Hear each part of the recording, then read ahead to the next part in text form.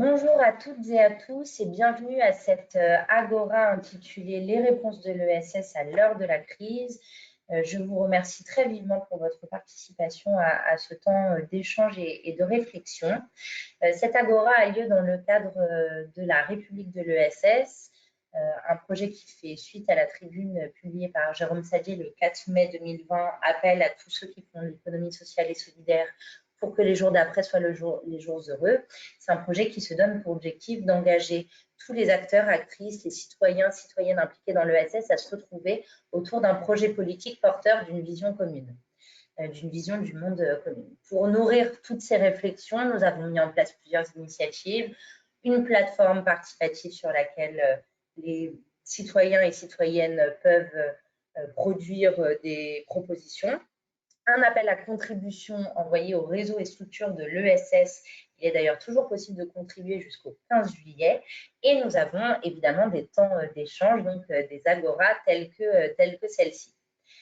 Cette agora est tout de même un petit peu différente des autres puisqu'elle se fait elle a été organisée avec l'Observatoire national de l'économie sociale et solidaire, l'ONES, un observatoire sous l'égide d'ESS France. Donc cette agora a lieu dans le cadre de la publication de la note d'analyse de la conjoncture de l'emploi dans l'ESS pour l'année 2020. Et donc notre échange portera sur la question des réponses de l'ESS à l'heure de la crise. Effectivement, cette note d'analyse de la conjoncture pour l'emploi dans l'ESS en 2020 parle de la crise et de son impact sur l'économie sociale et solidaire. Bien évidemment, la crise économique qui résulte de la pandémie n'a pas épargné l'ESS, au contraire. Et donc, en première partie de cette agora, Benjamin Roger et Julien Ramirez de l'ONES vont nous présenter les principaux éléments saillants de la note d'analyse. En seconde partie, nous échangerons sur les potentialités et la solidarité des modèles de l'ESS, puisque si cette crise n'a pas épargné l'ESS, elle a montré aussi et surtout le formidable potentiel de solidarité qui existe dans l'ESS, la richesse des réponses apportées par les structures de l'économie sociale et solidaire pendant la crise. Ces structures ont été résilientes, réactives, ont mis en place de nombreuses initiatives solidaires et très pertinentes. Et on voit bien à la lumière de tous ces éléments que le modèle de l'ESS a permis une réponse efficace, complémentaire évidemment aux mesures gouvernementales. Pour en discuter avec nous, nous avons le plaisir d'avoir plusieurs invités à nos côtés. Tout d'abord, Dominique Joseph, qui est secrétaire général de la Fédération nationale de la mutualité française. Merci beaucoup pour votre présence. Stéphane Windsor, qui est directeur général du groupement ORCAB, donc des coopératives d'achat des artisans du bâtiment. Merci, monsieur, pour votre présence à nos côtés. Et puis, Charlotte Lelong, qui est directrice des activités bénévoles, du marketing et des partenariats stratégiques de la Croix-Rouge. Merci à vous trois pour votre présence pour ces échanges. Et nous finirons l'agora par une intervention de Jérôme Sadier, président de ESS France. Avant de passer la parole à Benjamin et à Julien pour la présentation du coup de la note d'analyse de la conjoncture pour l'emploi dans l'ESS en 2020, quelques informations. Les questions sont possibles, évidemment, mais surtout encouragées de la part des participants. À la suite des interventions de chacun de nos intervenants, nous aurons un temps de questions-réponses. Donc, n'hésitez pas à poser toutes vos questions dans l'onglet questions. Je vous enverrai également un questionnaire à remplir en vous mettant le lien dans le chat. Ce questionnaire, il nous permet à la fois de recueillir des témoignages liés à notre thématique d'aujourd'hui afin de continuer à nourrir le débat, mais il nous permet également de recueillir des propositions pour la plateforme participative de la République de l'ESS. Vous avez noté que votre micro et votre caméra sont coupés. Ça n'évoluera pas pour les participants. C'est la plateforme GoToWebinar qui fonctionne ainsi. Néanmoins, comme je vous l'ai dit, vous pouvez tout à fait, et c'est très encouragé, poser toutes les questions que vous souhaitez.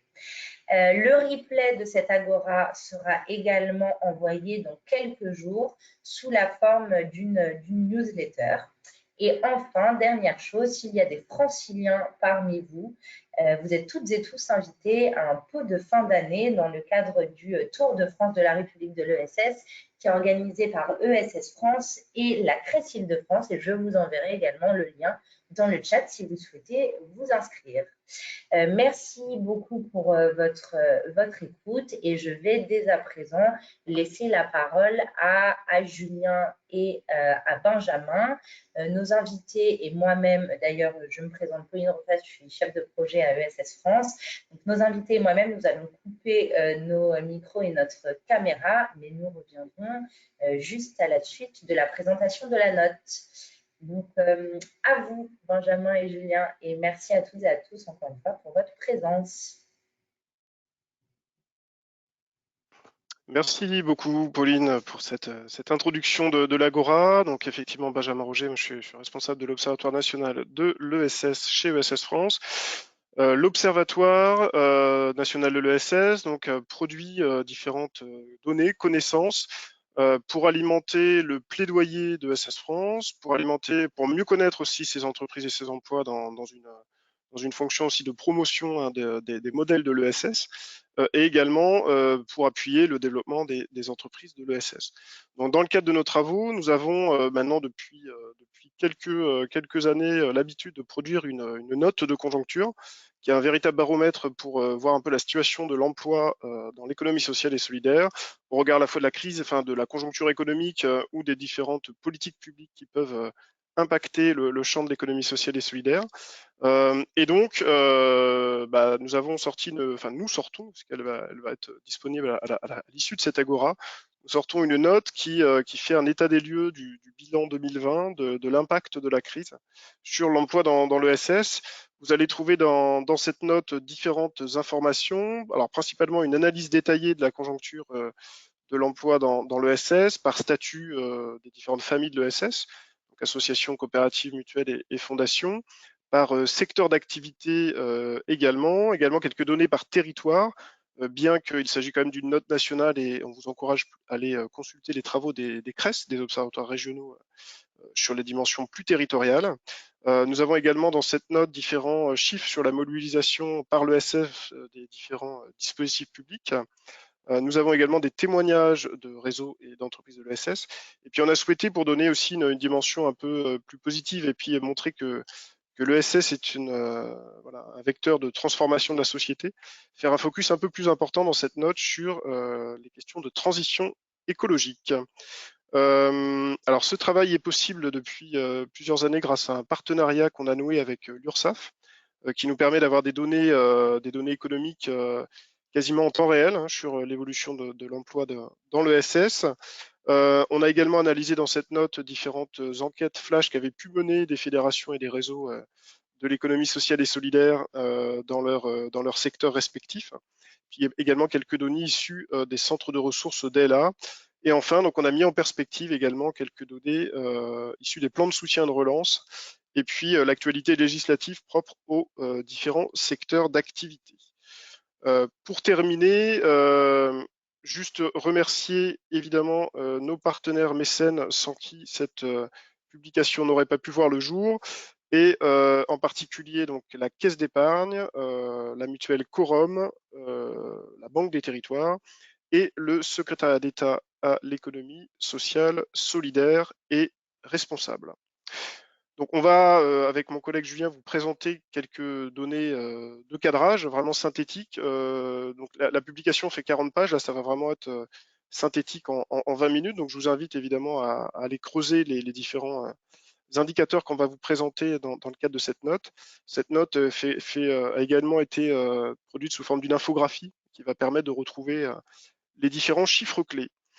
Avant de démarrer, juste un petit rappel méthodologique qui impacte du coup le traitement des données et l'analyse qu'on a pu en faire. On est sur une note qui s'appuie sur les données de l'URSSAF, c'est-à-dire qu'on est sur l'ensemble des salariés du secteur privé, hors salariés dépendants du régime agricole, de la MSA, donc ce qui couvre à peu près 94% de l'emploi dans l'ESS. Notre périmètre est bien l'ensemble des entreprises de l'ESS statutaires, donc hors filiale ou entreprise associée dans le cas de coopératives. Et nous avons des données jusqu'à fin 2020. Et enfin, sur les principaux indicateurs qu'on a utilisés dans le cadre de cette note, l'indicateur de l'emploi, au sens de l'URSSAF, on est vraiment sur un nombre de postes en fin de mois, peu importe sa durée de travail ou le type de contrat. C'est-à-dire lorsqu'on perd un emploi, il peut s'agir à la fois d'un CDI, d'un CDD, d'un intermittent ou d'un quelqu'un qui est à temps complet ou à temps très partiel. Donc on est vraiment sur des données qui vont, au regard de cette définition, on va avoir des secteurs qui vont être plus impactés que d'autres. Sur la masse salariale, ensuite, ça concerne l'ensemble des rémunérations soumises à cotisation.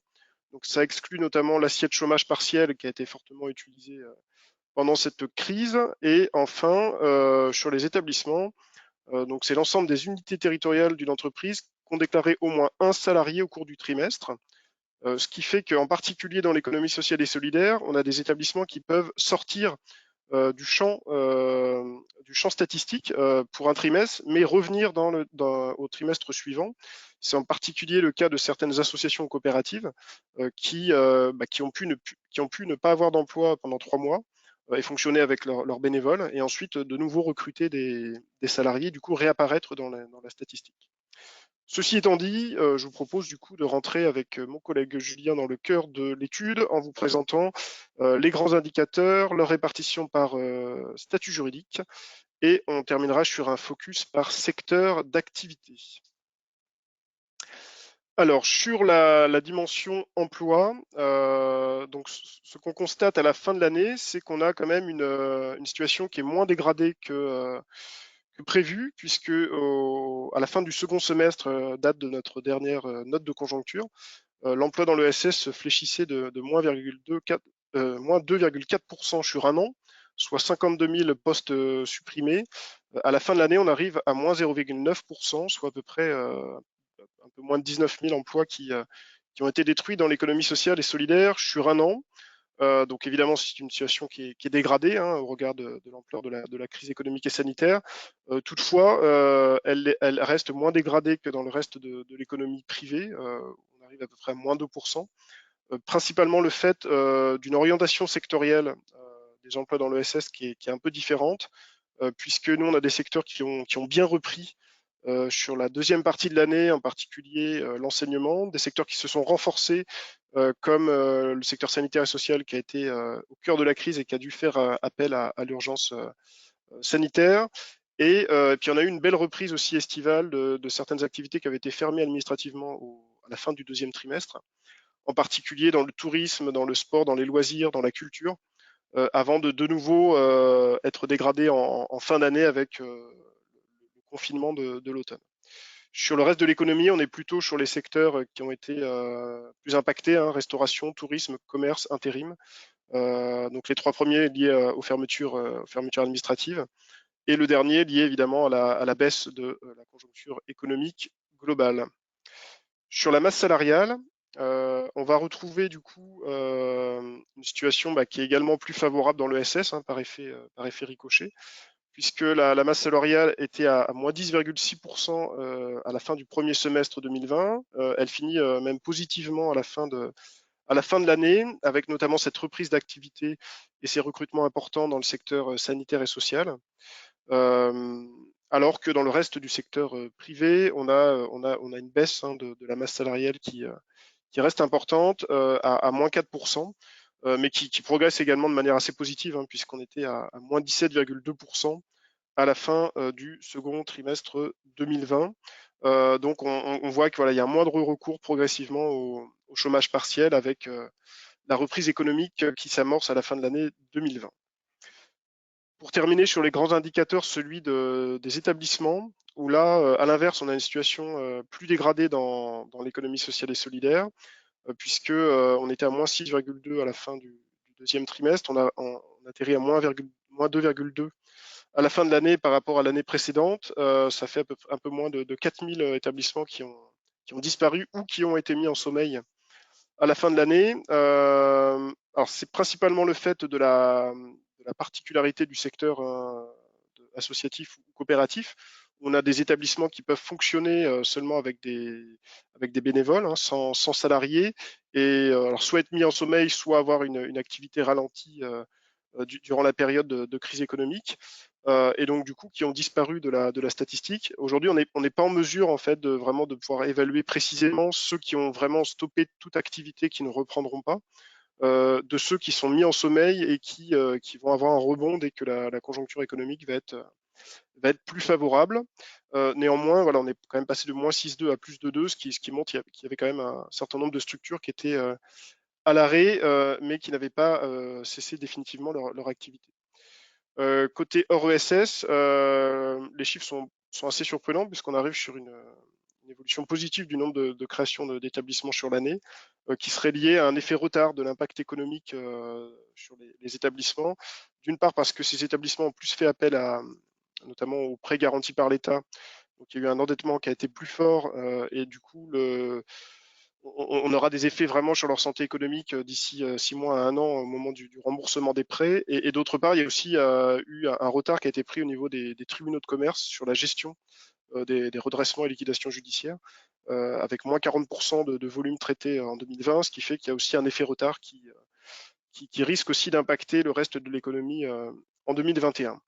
Et pour terminer sur ces aspects-là, dire que l'économie sociale et solidaire a progressivement mieux valorisé et utilisé tous les outils de la relance, notamment le prêt garanti par l'État, le fonds de solidarité, grâce à l'effort à la fois du gouvernement pour adapter ces outils aux spécificités de nos entreprises, mais également des réseaux et fédérations qui ont largement relayé, valorisé et accompagné ces différents outils. Et puis on aura en 2019 l'impact également du dernier outil de relance qui est le Fonds Urgence ESS, 30 millions dédiés à l'économie sociale et solidaire, où il reste encore 13 millions d'euros à consommer. Donc c'est aussi un appel jusqu'à fin juillet. Les entreprises de l'ESS qui ont rencontré des difficultés peuvent encore mobiliser ce fonds d'urgence qui propose des aides jusqu'à 8 000 euros pour les entreprises de moins de 10 salariés. Voilà pour les principaux indicateurs. Je laisse la parole maintenant à mon collègue Julien pour rentrer un peu dans le cœur de l'analyse par secteur d'activité. Et avant d'entrer dans les secteurs d'activité, on va analyser un peu plus précisément la façon dont la crise s'est répercutée sur les différentes catégories juridiques de l'ESS, à commencer par les associations. Les associations représentent les 3/4 des emplois dans l'ESS, donc c'est une des variables qui influe le plus sur l'évolution moyenne de l'emploi dans l'ESS. En l'occurrence, les emplois diminuent à fin décembre 2020 de moins 1,3% par rapport à l'année précédente, ce qui correspond à plus de 21 000 emplois perdus en un an. On peut noter quand même que par rapport à juin 2020, donc à la sortie du premier confinement, la baisse de l'emploi associatif s'est réduite de moitié. Donc on peut noter quand même que c'est dans les associations que les baisses d'emploi s'atténuent le plus en proportion, du fait notamment du regain d'emploi dans l'action sociale et sanitaire, dans l'enseignement privé associatif et la formation professionnelle. Cependant, c'est aussi dans les associations que se concentrent le plus de pertes d'emploi en volume dans l'ESS à fin décembre. Concernant les établissements associatifs, ceux-ci sont en baisse de moins 2,5% à la fin de l'année. Donc là encore, on peut observer quand même une diminution, une atténuation de la baisse du nombre d'établissements par rapport à juin, quand même très très importante en termes de volume. Bien que la baisse du nombre d'établissements puisse couvrir des disparitions définitives d'associations, la résorption rapide de la baisse entre juin et décembre indique, comme le notait Benjamin, indique également qu'un nombre important d'établissements associatifs sont réapparus à la fin de l'année. Ça peut témoigner donc d'une certaine capacité de résistance du modèle associatif dont les activités peuvent reposer sur une base de bénévoles, un noyau dur de bénévoles qui en assure la gestion courante lorsque les activités sont diminuées. Mais on peut se poser la question du nombre de structures concernées par ce type de phénomène, également du nombre de structures définitivement disparues, et de la capacité de résistance de manière générale du modèle associatif sur les mois et les années à venir.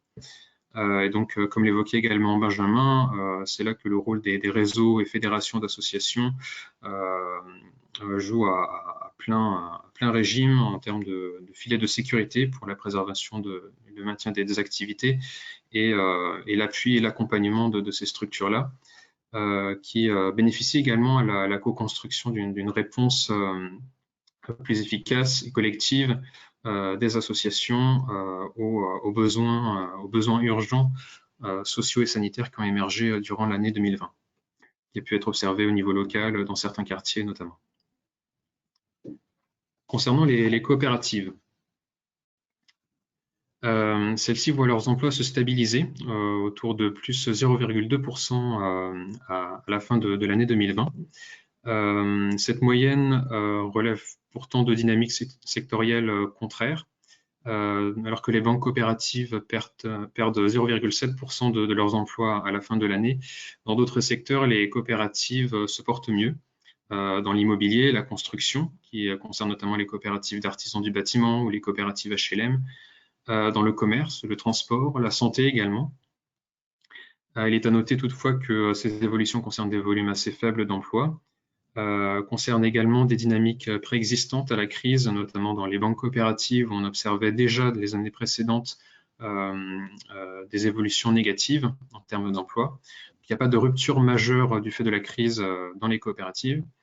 Par ailleurs, le modèle coopératif est positionné sur des secteurs d'activité et des marchés moins touchés par la crise et y assure des fonctions différentes de mutualisation de ressources, de services qui lui permettent de se différencier positivement en termes de création d'emplois du reste de l'économie classique et d'impulser également de nouvelles actions en faveur de leurs sociétaires, et ce sera notamment ce qui nous sera présenté par nos intervenants tout à l'heure.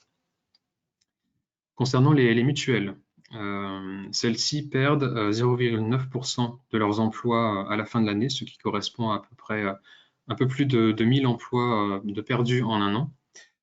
Ces pertes d'emplois se concentrent principalement dans les assurances et le secteur de la santé. Alors, comme les coopératives, l'évolution de l'emploi mutualiste relève aussi de dynamiques qui existaient déjà avant la crise, donc pas de rupture majeure du fait de la crise, notamment dans le secteur des mutuelles d'assurance où depuis 2015, on observe une perte de l'emploi de près de 3%, 3-4% du fait de regroupements de mutuelles. Ces évolutions ne remettent cependant pas en cause la couverture actuelle des besoins par les mutuelles, comme en témoignent les différentes actions qui ont été menées par celles-ci au plus fort de la crise en réponse aux besoins sociaux et sanitaires. Et enfin, pour terminer sur les catégories juridiques, les fondations connaissent quant à elles une augmentation très importante de l'emploi de plus 3,6%, ce qui correspond à presque 4000 emplois supplémentaires en un an. Alors, on n'a pas le détail précis des secteurs d'activité à partir de la source statistique que l'on utilise concernant les fondations, mais la plupart des emplois des fondations se concentrent dans le secteur de l'action sociale et sanitaire, donc des fondations gestionnaires d'hôpitaux, de maisons de retraite, etc., qui ont été particulièrement sollicitées, et on peut légitimement penser que c'est ce secteur-là qui est en grande partie, en tout cas, responsable de cette dynamique très positive de l'emploi dans les fondations. À noter toutefois que cette dynamique positive avait été aussi observée les années précédentes, des taux positifs de même envergure, qui peut être lié, mais encore à vérifier et à approfondir comme analyse, qui peut être lié au transfert d'emplois associatifs, c'est-à-dire des associations de l'action sociale et sanitaire qui changent de statut pour devenir des fondations, et donc des emplois associatifs qui deviennent des emplois de fondation, concernant des volumes donc plus ou moins importants selon la structure dynamique donc, qui peut être observée depuis 2010. Donc sur 10 ans, on a quand même une progression très importante de l'emploi dans les fondations. Les fondations et fondations ont été également sont distinguées comme des acteurs et des actrices de la générosité en temps de crise. Cela peut s'observer par l'augmentation de la collecte de dons de près de 14% entre 2019 et 2020, comme l'atteste le dernier baromètre de France Générosité. Et puis également la mobilisation assez importante des fondations hospitalières et gestionnaires de maisons de retraite, comme l'observait la Fondation de France dans son dernier baromètre également. Et on en vient, pour conclure cette présentation un peu plus détaillée de la conjoncture dans l'ESS, aux secteurs d'activité qui connaissent quant à eux des dynamiques très différentes. Dans l'action sociale et sanitaire, on va avoir une progression de l'emploi très importante qui va largement contribuer à l'atténuation de la baisse de l'emploi dans l'ESS à la fin de l'année 2020. Il faut savoir que l'action sociale et sanitaire représente près de la moitié des emplois de l'ESS. Donc forcément, une augmentation de l'emploi sur ces secteurs-là va avoir aussi beaucoup d'influence sur la moyenne générale de l'emploi dans l'ESS. Dans l'hébergement social et médico-social, notamment qui concerne les EHPAD, les établissements d'hébergement de l'aide sociale à l'enfance, les centres d'hébergement et de réinsertion sociale, les emplois vont augmenter de 1,7%. soit près de 7000 emplois supplémentaires. Donc c'est le secteur où les emplois sont le plus en augmentation en termes de volume et qui contribue le plus à l'atténuation de la baisse de l'emploi à la fin de l'année. Dans l'action sociale, on a aussi tout le volet action sociale sans hébergement. On va avoir des dynamiques là aussi différentes dans l'aide à domicile, où les emplois vont diminuer de 2,3%. Dû aux difficultés de recrutement en temps de crise, alors même que les besoins sont en augmentation. Cette dynamique est contrebalancée par ce qu'on appelle, de façon un peu barbare pour les termes statistiques, des autres actions sociales sans hébergement et qui recouvrent toute l'aide alimentaire, l'insertion par l'activité économique, les structures d'accueil et d'accompagnement, de l'aide à l'accès aux droits, qui ont été très fortement mobilisées, donc toutes ces structures de solidarité, de proximité, très mobilisées pour la réponse aux besoins urgents durant la crise.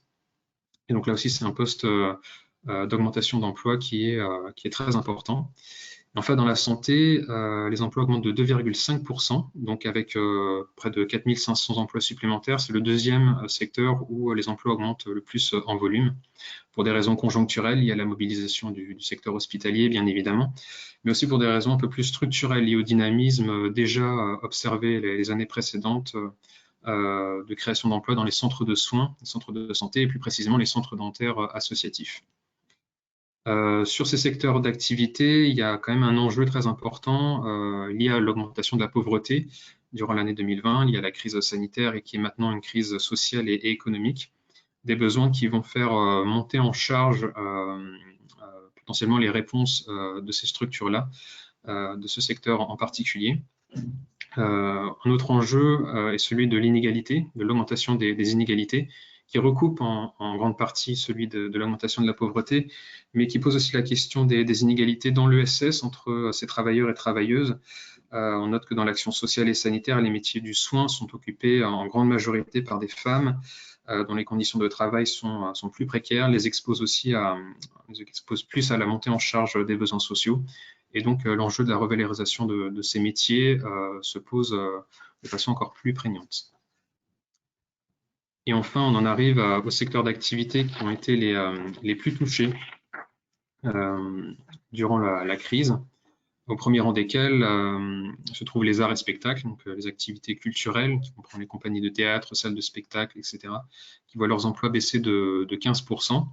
À la fin de l'année. L'hébergement et restauration, lui, correspond plus ou moins aux activités de tourisme social et solidaire, en tout cas en partie. Et les sports et loisirs, où les clubs sportifs et les associations d'éducation populaire et de loisirs ont été très touchés, voient leurs emplois diminuer de 13%. Donc toutes ces activités-là représentent en volume plus de 22 000 emplois disparus dans l'ESS. Donc cette forte baisse en volume d'emploi est liée à la structuration des emplois sur des activités où les contrats courts, les emplois saisonniers sont très importants. On pense notamment aux contrats d'intermittents dans les activités d'art et de spectacle. Donc des contrats qui sont utilisés des salariés qui peuvent avoir plusieurs contrats dans plusieurs structures différentes et donc forcément la disparition des contrats, le volume d'emplois sont plus importants sur ces secteurs. Notez toutefois en atténuation, pareillement aux autres secteurs d'activité où la moyenne de l'ESS en atténuation par rapport au second trimestre, lié à la reprise estivale et à la mobilisation des aides. Les incertitudes demeurent toutefois très importantes. Elles sont liées au maintien des aides et leur adaptation aussi pour faire face à une reprise qui s'annonce beaucoup plus lente que prévu. Et dans une situation où le virus circule toujours de façon importante. Des incertitudes également relatives au retour des adhérents, au maintien des financements, qu'ils soient d'origine publique ou privée, pour des activités qui sont donc essentielles à la vie de la cité en termes de création de liens sociaux, d'émancipation. Ce sont des enjeux qui se posent beaucoup plus fortement pour les années à venir. Donc c'est un premier point de vue sur les différences de secteurs d'activité. Vous pourrez retrouver l'intégralité des analyses sectorielles et des catégories juridiques de l'ESS dans la note intégrale qui sera diffusée donc à partir de 17 h sur notre site. Et nous vous renvoyons bien sûr aux travaux territoriaux réalisés par les CRES et leurs observatoires régionaux de l'ESS pour plus de détails sur l'analyse territorialisée de la conjoncture de l'emploi dans l'ESS à la fin de l'année.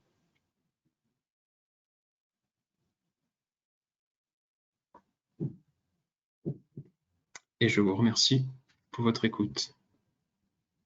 Bien, merci. Merci beaucoup, Julien et Benjamin, pour cette présentation. Nous allons donc sans transition passer à la deuxième partie de cette agora, qui est le temps de l'échange. Je vais demander à tous les participants et à tous les intervenants de remettre leur micro et leur caméra.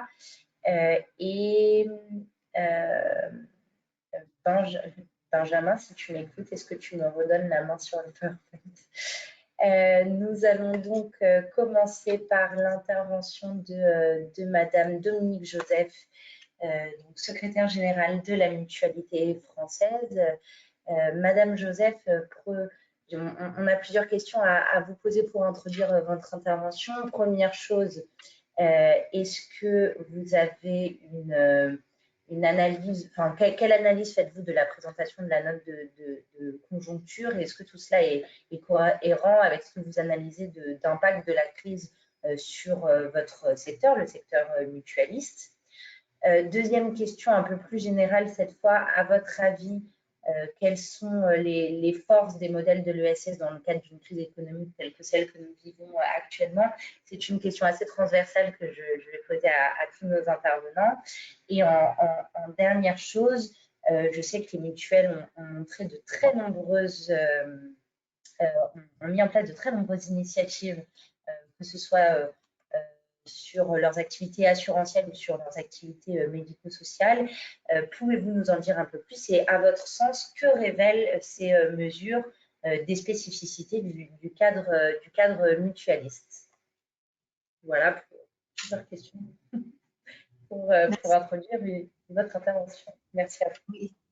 Bien sûr, merci Pauline et puis merci également pour la présentation de la note de conjoncture et puis merci à toutes et tous. Alors, je vais essayer de répondre, je vais dire de rentrer dans mon intervention par les voies que vous m'avez proposées et qui me conviennent très bien, c'est-à-dire dans le sens où est-ce que en ce qui concerne l'impact de la crise, nous partageons, ou je partage au nom de la Mutualité française dans ma responsabilité l'analyse qui a été faite. Alors déjà, bon, moi je parle de ma fenêtre entre guillemets de tête de réseau. Hein. La Fédération nationale de la Mutualité française est une tête de réseau avec qui fédère des organismes aux métiers et aux finalités un tout petit peu différentes, puisqu'on a d'un côté, je vais aller très vite, des mutuelles qui proposent de l'assurance complémentaire santé, prévoyance, retraite, et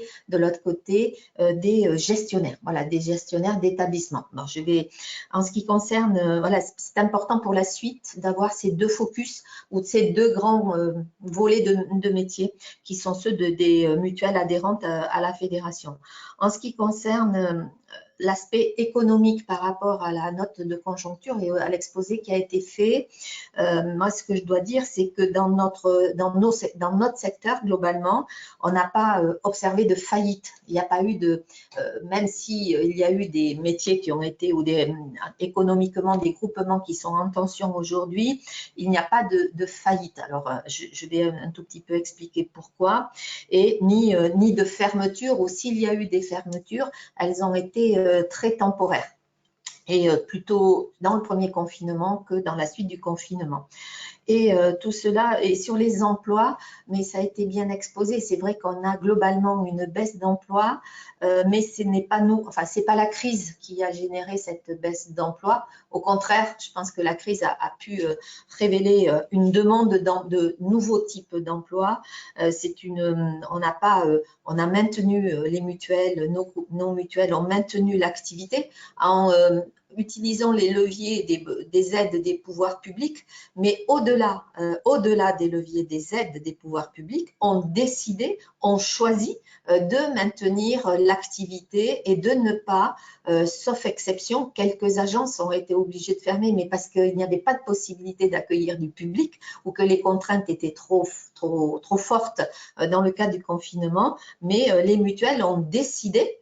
Là, c'est le caractère démocratique de l'ESS, leur gouvernance faite d'hommes et de femmes élus au plus haut niveau, représentant, je veux dire, avec une double représentation, une représentation celle des adhérents, mais aussi une responsabilité d'employeurs mutualistes qui les a conduits à cette responsabilité à ne pas fermer ou fermer à minima leurs mutuelles, les sièges des mutuelles, les agences, et alors, bien entendu, à maintenir les établissements de services et de soins ouverts quand ça a été toujours possible et au-delà du maintien pour leurs adhérents, eh bien, ça a été aussi de participer aux services publics en ouvrant ou en laissant leurs lits, je pense aux hôpitaux par exemple, en laissant leurs lits ouverts pour accueillir des personnes, des Français en situation en réanimation. Ça, c'est sur l'impact de la crise. Voilà, côté emploi, pas de diminution des emplois forte. Et question économique, alors en tenter, mais on suit bien sûr le temps un tout petit peu plus loin. Sur les forces, je crois que j'ai commencé à le dire, premièrement, les capacités de décider très vite en mettant en responsabilité bien sûr les délégués, les administrateurs et administratrices et les directeurs, directrices. Enfin voilà, c'est des décisions là vraiment liées à la démocratie. Voilà, des décisions qui, même si ça impacte en 2021 ou en 2022 les résultats économiques de nos groupements, c'est en tous les cas des choix qui ont été faits parce que cette organisation démocratique, mais aussi parce que pas d'actionnaires à rémunérer, pas d'autres pressions. Ça, c'est vraiment une valeur cardinale de l'ESS, cette notion de pas d'actionnaires à rémunérer et un but non lucratif. L'objectif, voilà, ça nous conduit à pouvoir prendre ce type de décision et à je vais le dire comme ça, décider des fonds propres que l'on allouera demain ou des moyens économiques que l'on allouera demain pour redresser, s'il c'était nécessaire, les situations déséquilibrées de nos mutuelles. C'est aussi les autres, dans ces forces-là qui, très rapidement, qui ont été, je veux dire, le fil rouge de l'activité des groupements mutualistes, des mutuelles. Alors, ça va être un petit peu évident pour chacun et chacune d'entre nous, mais néanmoins, les notions de solidarité, j'y reviendrai, parce qu'elles se déclinent sous diverses formes. L'utilité sociale, et sous la notion, cette valeur d'utilité sociale, c'est ce qui nous a conduit, et moi je parle au nom de tous les groupements, à ne pas fermer les établissements. Je reviens sur l'impact économique, à prendre des décisions de non-fermeture, de maintien en activité, de faible recours, et j'ai oublié de le dire, au dispositif de temps partiel. Ça a été tout en donnant quand même les moyens aux salariés, s'ils avaient besoin de prendre par exemple des arrêts de maladie pour garder les enfants pendant que c'était confinement et école à la maison et télétravail impossible, le triangle impossible, et bien de pouvoir bénéficier des dispositifs publics. Dans les forces, c'est aussi cette notion de partage et de solidarité intergénérationnelle, et puis d'entraide. Et les échanges. Je pense que je ne serai pas la seule à le dire, mais cette notion de partage, de proximité, d'échange et de volonté d'entraide nous a conduit, à nous, tête de réseau, la fédération, mais aussi les mutuelles entre elles, à mettre en œuvre, à inventer des solutions immédiates, de type quand il a fallu quand il a fallu doter nos établissements sanitaires et sociaux des kits de protection dans le premier confinement, c'est-à-dire des masques, des blouses, tous les équipements, parce que le secteur à but non lucratif n'a pas été traité, n'a pas été pris en compte immédiatement. Bien, c'est la solidarité entre groupements, les remontées des besoins de nos établissements ou de nos mutuelles au plus près des territoires. On a mis en place ce qu'on appelle la force des réseaux pour premièrement centraliser les achats, centraliser la redistribution et en partenariat ou en coopération, ça aussi une force de l'ESS, avec d'autres acteurs de l'ESS. Sur les réponses qui ont été apportées, elles sont bien sûr sous l'aune de la solidarité. Mais là, je vais un tout petit peu décliner, puisque je vous disais, des groupements divers et variés, des activités diverses et variées. Et on a eu, premièrement, les mutuelles ont eu des actions envers leurs adhérents en direct. Alors, les adhérents en direct, ce sont bien les adhérents qui sont soit adhérents en individuel, soit par le biais de contrats collectifs. Et il n'y a eu aucune rupture dans les garanties. Aucune rupture, y compris je fais un tout petit lien pour les adhérents qui sont couverts dans le cadre de contrats collectifs signés par des entreprises, même si ces entreprises, alors à la marge, ont dû fermer ou n'employer plus ces adhérents, côté prestations santé, côté versus, pour la partie action sociale, prévoyance et surtout en prévoyance, les garanties ont continué à jouer et continuent à être appliquées. Il n'y a pas de rupture dans les garanties de fait de la crise économique qui aurait pu frapper certaines entreprises ayant souscrit des contrats collectifs avec des mutuelles.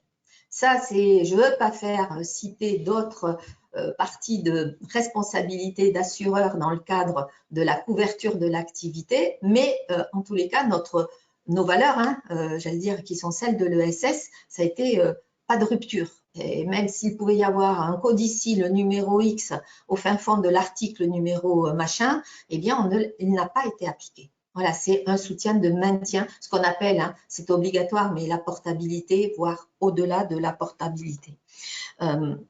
C'est pour les entreprises et pour y compris des salariés d'entreprise et l'ensemble des adhérents, c'est la mise en place et vraiment là ça s'est développé immédiate, mais c'est là que je faisais appel à je faisais part de notre capacité de prendre en compte la réalité au plus près, c'est la réactivité en termes de mise en place de plateformes d'écoute, de plateformes d'accompagnement, de plateformes de soutien aux adhérents quels qu'ils soient. Et là, les mutuelles ont vraiment fait preuve de réactivité.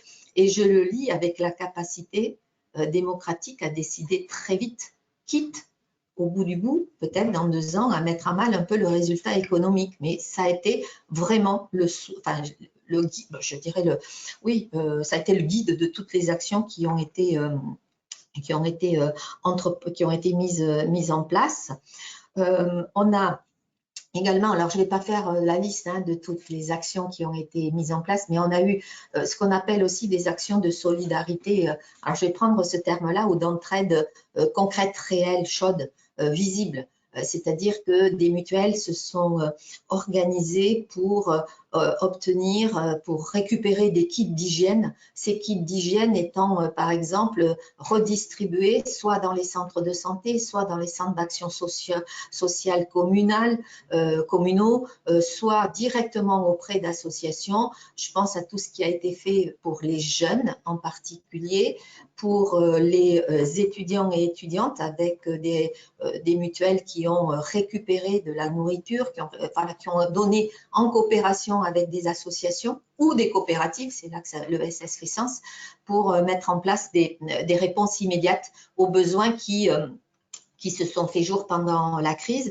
Il y a eu aussi des actions peut-être moins médiatiques, moins visibles auprès des personnes à la rue, auprès des personnes migrantes.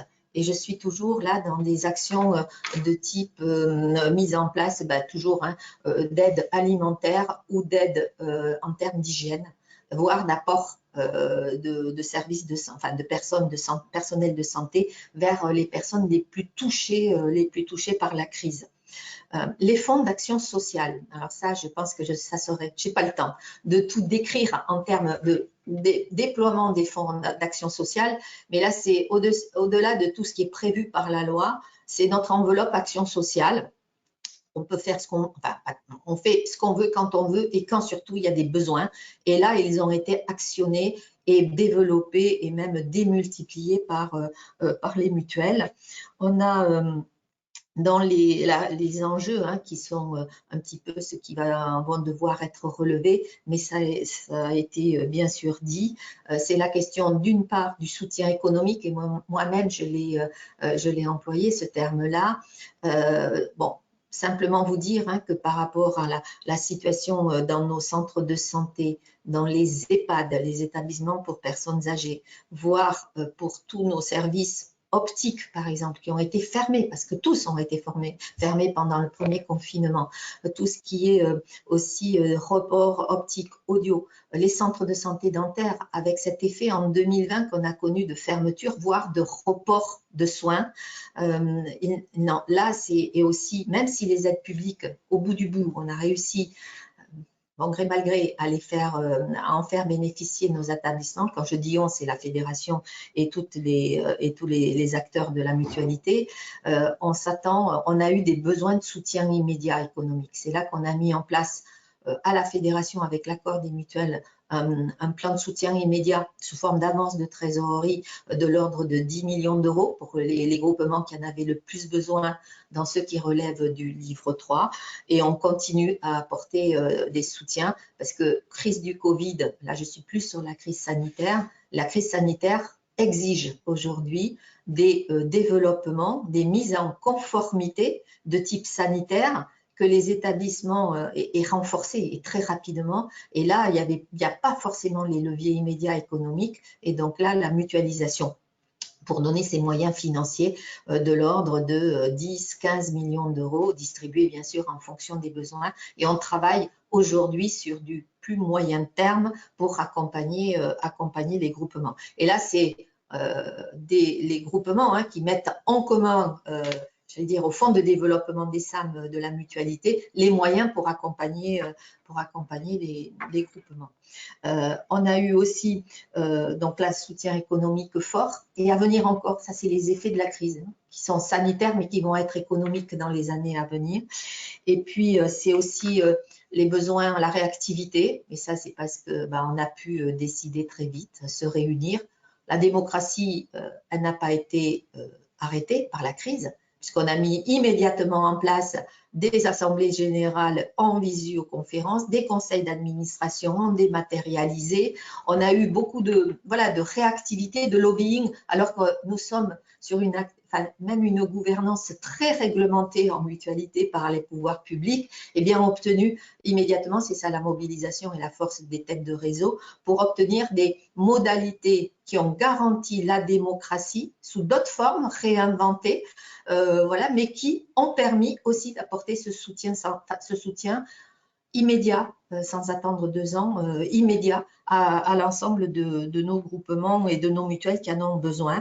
Et puis, je vais prendre une décision, une orientation forte qui a été prise. C'est par exemple, il était fait état de l'augmentation des besoins en santé.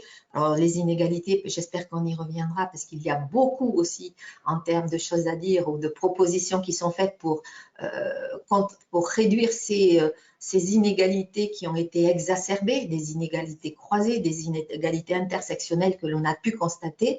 Mais moi, je resterai sur des besoins de santé. En termes de santé, par exemple, dès le mois de mars, la mutualité, au nom de l'ensemble de ces mutuelles, proposer la prise en charge immédiate des consultations de psychologues en 2021, mais à poursuivre dans les années qui viennent, parce qu'il y a eu un besoin réel qui était celui, sur un parent pauvre de la santé publique, eh bien d'avoir des prises en charge qui soient concrétisées, et pas uniquement pour les jeunes, bien sûr pour les jeunes, mais pour l'ensemble de la population. Et je m'en arrêterai là, Pauline.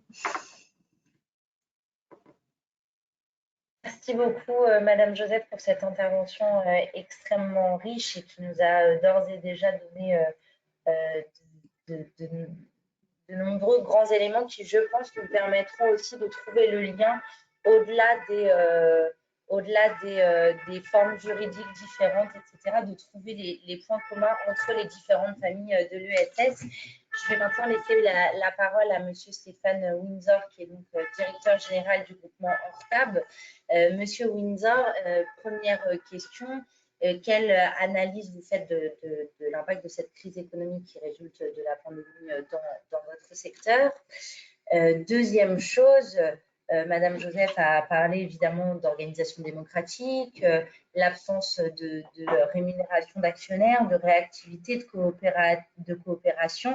Est-ce que vous vous reconnaissez dans les forces identifiées par Madame Joseph dans le secteur économique, mais dans le secteur mutualiste? Est-ce que vous retrouvez ces mêmes forces dans le secteur des coopératives et plus précisément dans le cadre de votre groupement? Et enfin, pouvez-vous nous en dire plus sur les mécanismes de solidarité mis en place à destination de vos membres au sein de l'ORCAB?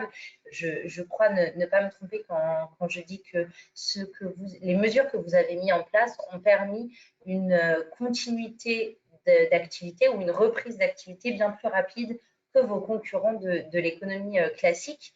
Et donc, quelle différence faites-vous entre la différence dans les réponses apportées entre le secteur des coopératives dans votre domaine et les réponses apportées par l'économie classique, et en mettant tout cela au regard des principes de fonctionnement de l'ESS? Voilà, encore beaucoup de questions pour une intervention.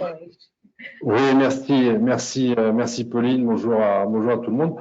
Donc moi je suis Stéphane Windsor, je représente un groupement de 39 coopératives qui ont à peu près 8100 adhérents, qui sont des artisans du bâtiment. Donc on est des coopératives d'achat, mais pas que. Nous, ce qui nous intéresse et ce qui nous anime, c'est d'apporter de la performance à ces artisans du bâtiment. Globalement, on parle à peu près de 35 000 salariés dans toutes ces entreprises artisanales. Et dans nos 39 coopératives, on a à peu près 2000 salariés, pour un petit peu fixer le cadre. Donc, je vais vous parler un petit peu, nous, effectivement, comment nous, du côté plutôt sur l'œil du bâtiment, comment on a vécu ce qui s'est passé en 2020.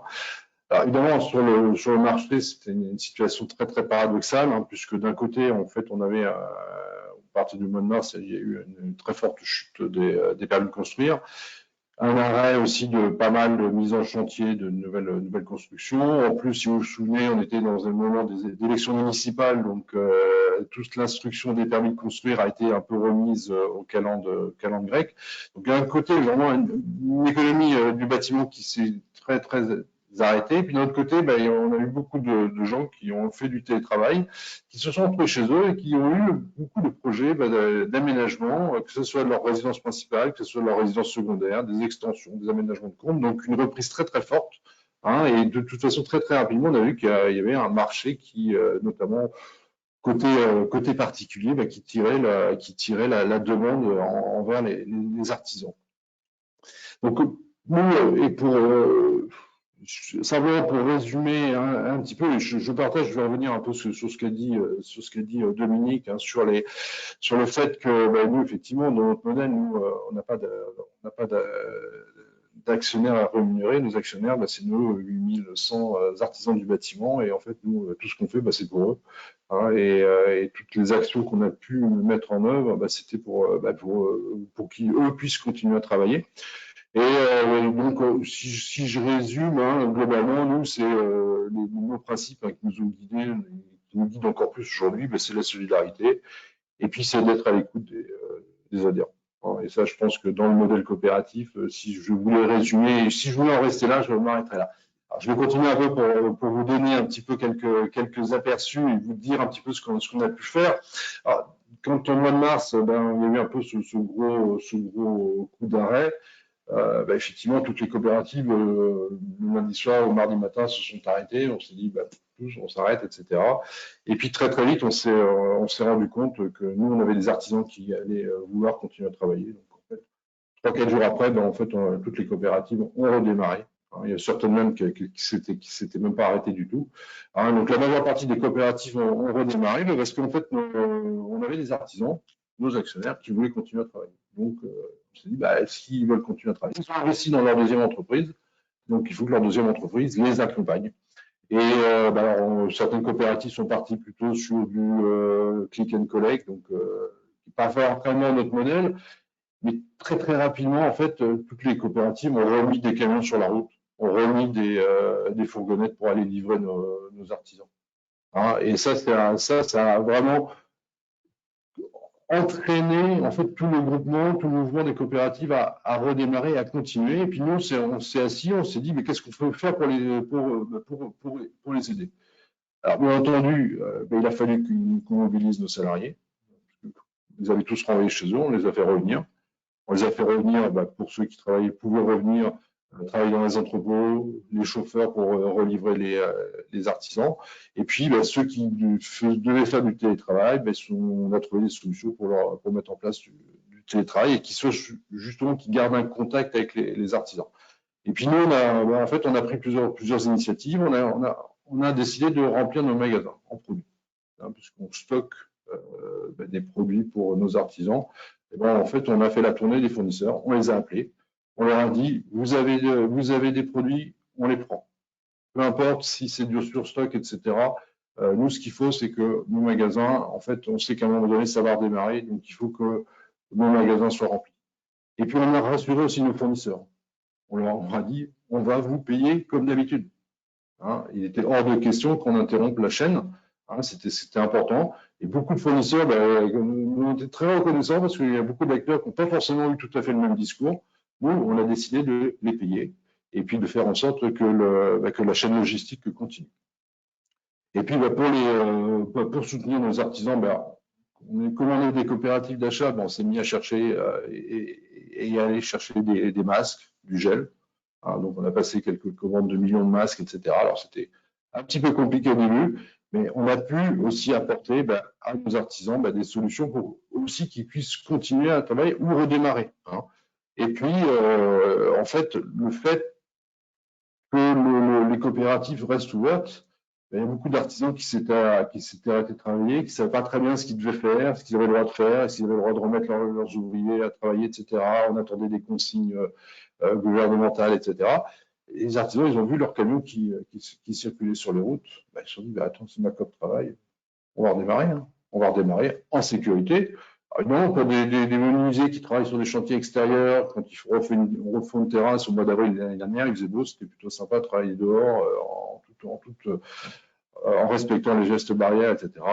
Il y en a qui ont mis un peu plus de temps parce que quand on travaille dans des endroits un peu plus confinés, on attendait plutôt les masques qui sont arrivés fin avril, on faisait les premières livraisons de masques à tous nos artisans.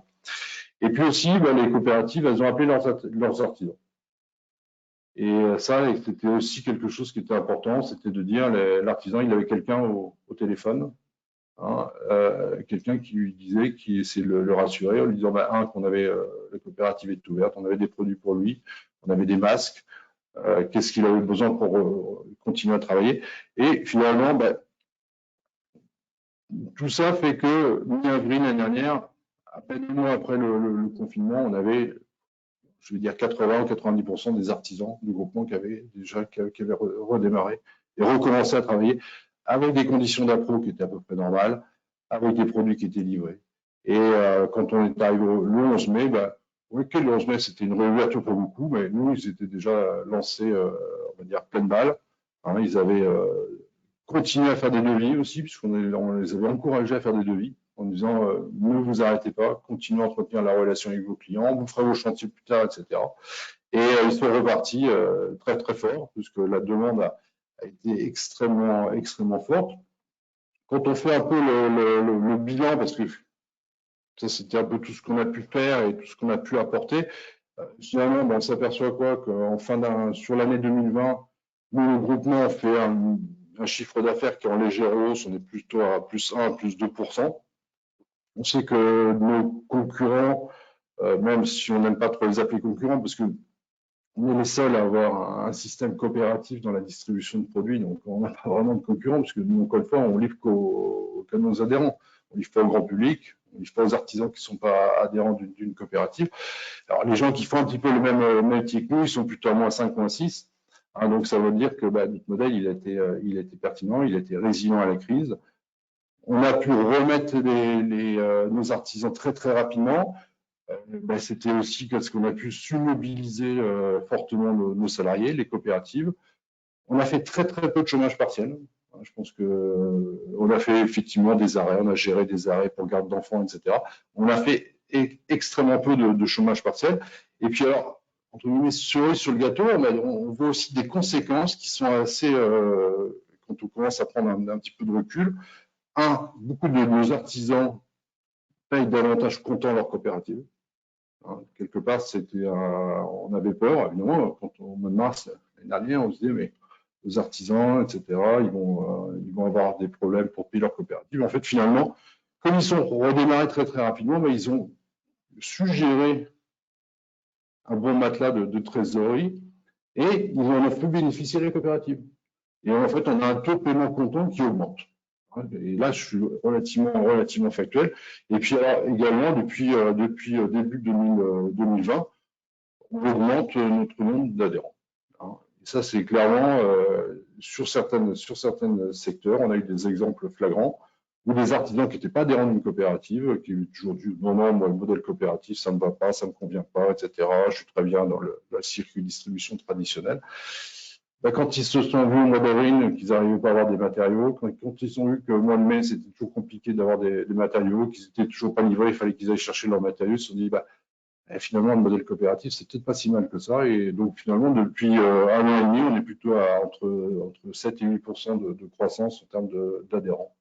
Donc, on est reparti sur du développement. Et donc, encore une fois, je pense que notre modèle a montré sa résilience. On a montré parce que quelque part, on a su écouter les besoins de nos artisans, de nos adhérents. Et on a, entre guillemets, les chiffres et les résultats qui le prouvent. Voilà, c'est à peu près fini.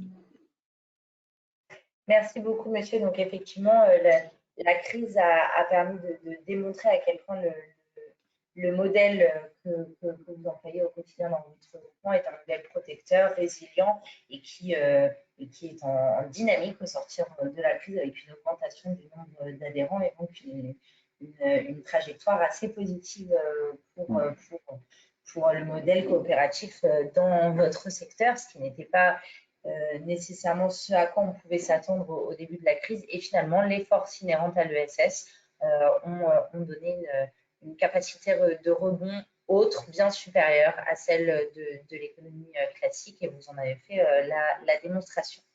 On va maintenant passer à l'intervention de Madame Lelong, qui est donc, pardon, excusez-moi, petit problème de PowerPoint.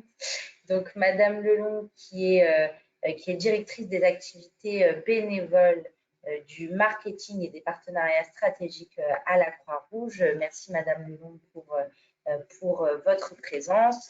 Évidemment, la Croix-Rouge, une organisation emblématique et en première ligne sur une crise telle que celle de la pandémie que nous vivons. J'imagine que pour la Croix-Rouge, le choc a été assez brutal. Je sais que notamment le volume horaire d'intervention d'urgence a été multiplié par 4, il me semble, au sein de la Croix-Rouge. C'est donc une vraie augmentation extrêmement forte de votre activité d'urgence, évidemment en première ligne dans cette pandémie, et plus que jamais, vous avez fait la preuve d'un modèle et d'une structure absolument essentielle pour l'intérêt collectif. Donc, si vous pouviez nous en dire un petit peu plus sur l'impact sur la structure, qu'est-ce que vous analysez vous aussi des forces de l'ESS. Je sais que la Croix-Rouge se reconnaît de l'économie sociale et solidaire, puisque cette conviction, finalement, elle a peut-être été renforcée par la crise. Et enfin, quelles leçons vous tirez de cette activité extrêmement importante que vous avez pendant cette crise, et notamment quel impact sur la mobilisation des bénévoles? On a beaucoup parlé d'activité économique là, pour l'instant tout au long de cet échange.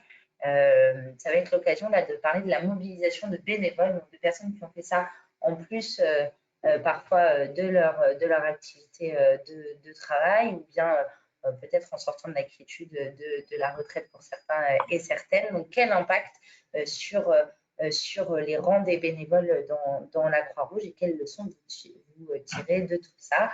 Et juste, n'hésitez pas à continuer à poser des questions dans le chat. Allez-y, Madame. Merci Pauline. Tout d'abord, je tenais à vous remercier pour votre invitation et merci à ESS France. Oui, effectivement, à la Croix-Rouge, on se sent faire partie de cette économie sociale et solidaire parce que nous avons quand même deux grandes activités. Nous avons des établissements en propre, qui sont des établissements sanitaires, médico-sociaux, et qui très clairement font partie de l'activité de l'ESS, puisque ce sont des établissements à but non lucratif. Là, on en a quand même à peu près 600 sur le territoire français, donc on est quand même un acteur important. Et pour nous, je dirais que cette crise a montré à quel point ces métiers-là étaient des métiers d'avenir finalement, à quel point il était important de se concentrer sur ces métiers médico-sociaux, sanitaires. Et c'est exactement le sens du projet associatif finalement de la Croix-Rouge française. On a revu en septembre 2020 notre projet associatif, et aujourd'hui on est véritablement là pour ce qu'on dit agir pour protéger, pour relever sans condition toutes les personnes en situation de vulnérabilité, et puis pour construire avec elles leur résilience. Donc on a vraiment trois leviers et trois choses qui nous importent particulièrement, à la fois de la protection, de la prévention, du secours immédiat, et vous en avez cité quelques chiffres et je rentrerai un peu plus dans le détail ensuite. Et puis on veut construire aussi avec eux la résilience, qui est vraiment pour nous un volet extrêmement important de notre mission, puisque dans cette mission-là, il ne s'agit pas juste d'être là au moment de la crise, mais de s'assurer que les personnes puissent revenir dans le droit chemin et se reconstruire elles-mêmes. Donc c'est sûr qu'on a cette partie d'activité qu'on appelle chez nous professionnelle, en opposition au monde bénévole, et aujourd'hui ça a été des métiers très en tension pendant la crise, et on rencontre d'énormes difficultés de recrutement. Vos chiffres que vous montriez tout à l'heure, je pense que on a perdu effectivement des emplois, mais pourtant nous à notre niveau on a véritablement des difficultés à recruter, aussi bien au niveau du social, du sanitaire ou du médico-social. Et il faut qu'on poursuive les efforts. Alors, on travaille beaucoup, bien sûr, avec les pouvoirs publics, dans le cadre du Ségur de la santé, puisqu'il y a eu des investissements faits dans les métiers du sanitaire, de l'EHPAD ou du handicap. Mais cependant, on sait qu'aujourd'hui, il faut qu'on continue ces travaux-là, puisqu'il y a des enjeux aussi bien dans les autres secteurs, sur les filières de l'exclusion, sur les filières de l'enfance, de la protection de l'enfance, de la jeunesse, de l'éducation, qui sont aussi des champs d'activité sur lesquels on agit. Et tous ces métiers-là sont des métiers en tension. Alors, je dirais que oui, on dit à la Croix-Rouge qu'on fait partie de l'ESS parce qu'on est à la fois, on a je dirais une double pertinence, c'est-à-dire qu'on est à la fois dans une entreprise et une association, on est à la fois dans l'économie sociale et dans l'économie solidaire. Donc on est tout à fait pertinent au sein de ce monde-là, et notre écosystème est très vaste, très large, et je partage ce que disait Dominique Joseph tout à l'heure. On est véritablement à la recherche d'une utilité sociale dans notre action de tous les jours. C'est véritablement primordial dans ce qu'on fait. Et puis, on est de plus en plus, et je crois que c'est une de nos forces aussi à la Croix-Rouge, c'est qu'on est en permanence, de par notre métier de base qui est le secourisme, en action, en réaction. On a besoin d'agilité, de rapidité. On a aussi besoin de beaucoup d'innovation. On a aussi beaucoup besoin de transformation, de coopération. Et aujourd'hui, cette crise a permis d'accélérer finalement ces moteurs-là pour nous.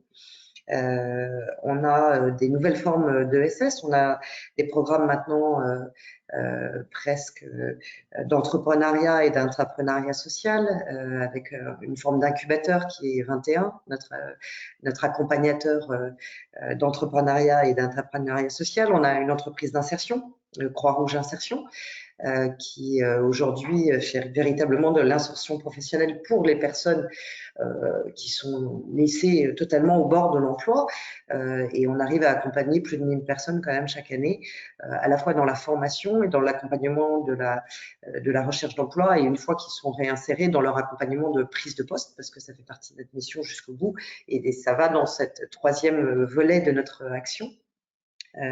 Et puis, on est dans une démarche d'amélioration continue de toute façon. On s'intéresse énormément à la façon dont les publics qu'on accompagne perçoivent notre accompagnement. On lance régulièrement des études d'impact social pour mesurer ça et pour être en permanence en train de s'améliorer. On a aussi bien évidemment des démarches RSO. On a sorti 2019, on avait entamé un grand débat sur comment soigner une humanité à plus 2 degrés. Aujourd'hui, on a retravaillé ce thème-là qui est véritablement un sujet majeur pour nous, puisque la crise Covid est bien évidemment bouleversante pour notre monde. On ne peut pas oublier la crise écologique qui va aussi nécessiter d'autant plus de besoins et auxquels il faut qu'on soit préparé. Alors nous, comment on a réagi? Vous avez dû nous voir à quelques JT de 20 heures. On a été très très présent sur le domaine de l'action du secourisme, avec beaucoup d'ambulances dans les rues. On a cherché avant tout aussi à protéger nos acteurs, protéger nos collaborateurs et notre organisation. On a quand même 17 000 salariés, on a 65 000 bénévoles. Une majorité de nos bénévoles sont des gens retraités. On a cherché quand même à les protéger, puisque aujourd'hui on peut reprendre nos activités grâce à la vaccination, mais jusqu'ici c'était quand même des personnes qui étaient particulièrement à risque dans la pandémie. Donc on a fait très attention à ça quand même. On a un devoir avant tout de se protéger nous-mêmes et de protéger nos acteurs et nos engagés. Et puis ensuite, il a fallu aussi prioriser nos activités.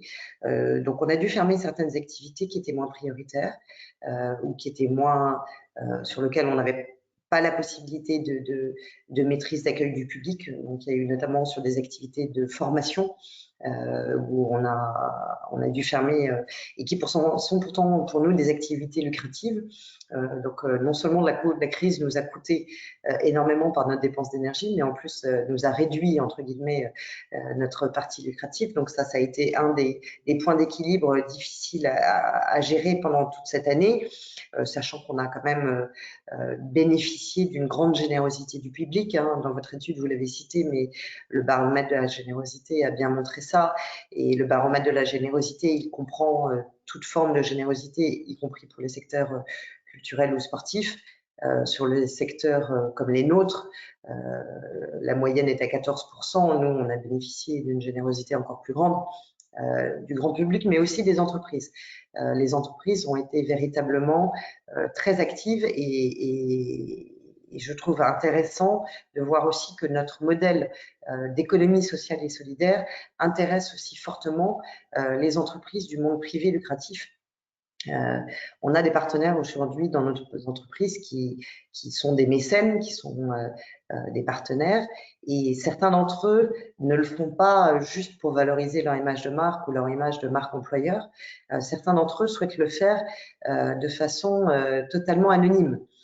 Donc, c'est véritablement qu'ils ressentent dans leur propre politique RSE le besoin d'investir dans leur communauté, d'investir dans les pays dans lesquels ils sont présents, aussi bien au niveau sanitaire, social, d'accompagnement divers et variés, et sans nécessairement juste en tirer un bénéfice d'image ou en tirer un bénéfice interne. Et ça, c'est la première fois qu'on voit ça quand même. Donc, je pense qu'il y a eu quand même une sacrée mobilisation pendant la crise. Et c'est intéressant de voir que les entreprises se dotent aussi, les entreprises privées et lucratives se dotent d'un rôle finalement aussi quelque part d'investissement dans la société, au-delà du rôle des pouvoirs publics ou du monde de l'économie sociale et solidaire. Donc, on a développé nos activités, je dirais, traditionnelles de secourisme, de lutte contre l'isolement social, de l'aide alimentaire, des maraudes, de renfort dans nos établissements. On a des EHPAD, on a des établissements de soins, des établissements hospitaliers. On a fait beaucoup de transport de malades. On a fait beaucoup de transport de personnes en général. Et puis là, plus récemment, on est très engagé dans la vaccination. On fait du dépistage, on a des centres de vaccination, on aide les centres de vaccination publics, on a développé des médiateurs de lutte anti-Covid, des centres d'hébergement spécialisés pour isoler les gens lorsqu'ils sont atteints de la maladie. Et effectivement, notre impact a été très fort. Alors, l'emploi chez nous, je dirais que c'est... on n'a pas eu recours à des baisses d'emploi parce que même dans nos activités lucratives, entre guillemets, qui ont fermé nos établissements, on a réussi à maintenir notre emploi. Et de l'activité bénévole, je dirais, il y en a certains qui, un peu de force, on les a contraints à rester chez eux parce qu'ils étaient exposés. Ce qui d'ailleurs, pour certains, a été très dur à accepter en se disant, mais c'est pas parce que j'ai 70 ans que mon activité bénévole ne peut plus s'exercer. Et effectivement, c'était pas une problématique de capacité, mais plutôt de prise de risque, finalement, d'être exposé à des gens, à des publics. Et donc, on a voulu protéger quand même certains de nos bénévoles. Mais cependant, on a eu énormément d'activités. L'aide alimentaire, on a 50% de bénéficiaires en plus, ce qui est absolument colossal. Avec surtout des nouveaux profils qu'on n'avait pas auparavant. On a des familles monoparentales, des étudiants, beaucoup d'étudiants, des travailleurs pauvres. Donc l'aide alimentaire, l'aide vestimentaire, l'aide en hygiène, toute notre distribution, je dirais gratuite, a littéralement explosé. Et ça, c'est la conséquence qui a démarré pendant la crise, mais ces chiffres-là ne cessent d'augmenter maintenant. C'est-à-dire qu'effectivement, qu'on rentre dans la deuxième étape en espérant que la partie sanitaire soit un peu derrière nous, et encore, on n'est pas à l'abri du variant Delta qui pourrait nous jouer des mauvaises surprises à la rentrée, mais on rentre dans une crise sociale et économique très profonde. Et donc, nous, nos besoins vont être forcément accrus. Et puis, on a réagi aussi, et nos forces, cette capacité d'innovation. En 3 jours, on a lancé un programme qui s'appelle Croix-Rouge chez vous, qui était un numéro de téléphone qui a permis de rendre énormément de services pendant la période d'isolement, puisque en appelant ce numéro de téléphone, vous aviez la possibilité d'avoir des livraisons solidaires, des livraisons de médicaments, des livraisons alimentaires, des livraisons, et puis surtout, ça permettait ce qu'on appelle des visites de courtoisie, mais de bien vérifier que les gens qui étaient cloîtrés chez eux et qui ne pouvaient pas sortir avaient ces capacités et allaient bien, tout simplement. On a aussi développé un système, beaucoup de téléphonie, de « Allô, comment ça va ?» avec des gens qui sont des bénéficiaires qu'on croise régulièrement, et juste de leur passer un coup de fil pour vérifier que tout allait bien, qu'ils avaient ce qu'il fallait avec eux. On a beaucoup donc joué sur l'activité alimentaire, et puis sur le secourisme, vous l'avez dit, on a à peu près d'habitude un peu moins de 200 000 heures par an d'activité de secourisme. L'année dernière, on a déployé 800 000 heures de secourisme, donc ce chiffre a été multiplié par 4. Ça fait véritablement partie de nos actifs, ça c'est une de nos forces, et actifs au sens comptable du terme, puisque dans notre compte emploi ressources en tant qu'association, on valorise les heures de bénévolat. Donc c'est un véritable actif, non seulement dans le sens positif, mais dans le sens aussi comptable. On a eu jusqu'à 3 millions d'heures de bénévolat dans les semaines de crise. Donc, c'est véritablement colossal. Et ça, c'est grâce à notre réseau de 65 000 bénévoles qui sont capables de se déployer. On est je dirais quelque part une grosse machine de guerre. On est très organisé. On est capable du jour au lendemain de lancer un centre opérationnel qui contrôle et maîtrise et est capable de donner des directives sur tous les territoires de France. La Croix-Rouge est présente dans 1000 unités et antennes locales. Donc, on a un maillage territorial qui est extrêmement précieux puisqu'on agit à peu près sur tout le territoire. Et grâce à ça, on a pu véritablement avoir une action importante. Et là, ça se poursuit. La vaccination, on a déjà nous-mêmes vacciné et accompagné à peu près plus d'1,3 million de personnes. On est très engagés avec nos propres centres de vaccination. Et on développe de plus en plus du aller vers et du emmener vers aussi, qui sont des dimensions importantes pour s'adapter aux problématiques de chacun. Et je dirais qu'il y a un autre élément important pour nous et qui a été une véritable force pendant cette crise, c'est qu'on s'est rendu compte à quel point ça avait créé un sentiment et un besoin d'utilité sociale à tous les niveaux, et même des gens qui n'étaient pas bénévoles, qui n'étaient pas intéressés par le monde de l'économie sociale et solidaire, se sont proposés spontanément. On a eu un peu plus de 30 000 demandes de bénévolat pendant la crise, ce qui est énorme. Et ce qui nous a demandé de nous adapter parce que c'était des bénévoles très différents de ceux qu'on a habituellement. Nos bénévoles sont très engagés, très réguliers.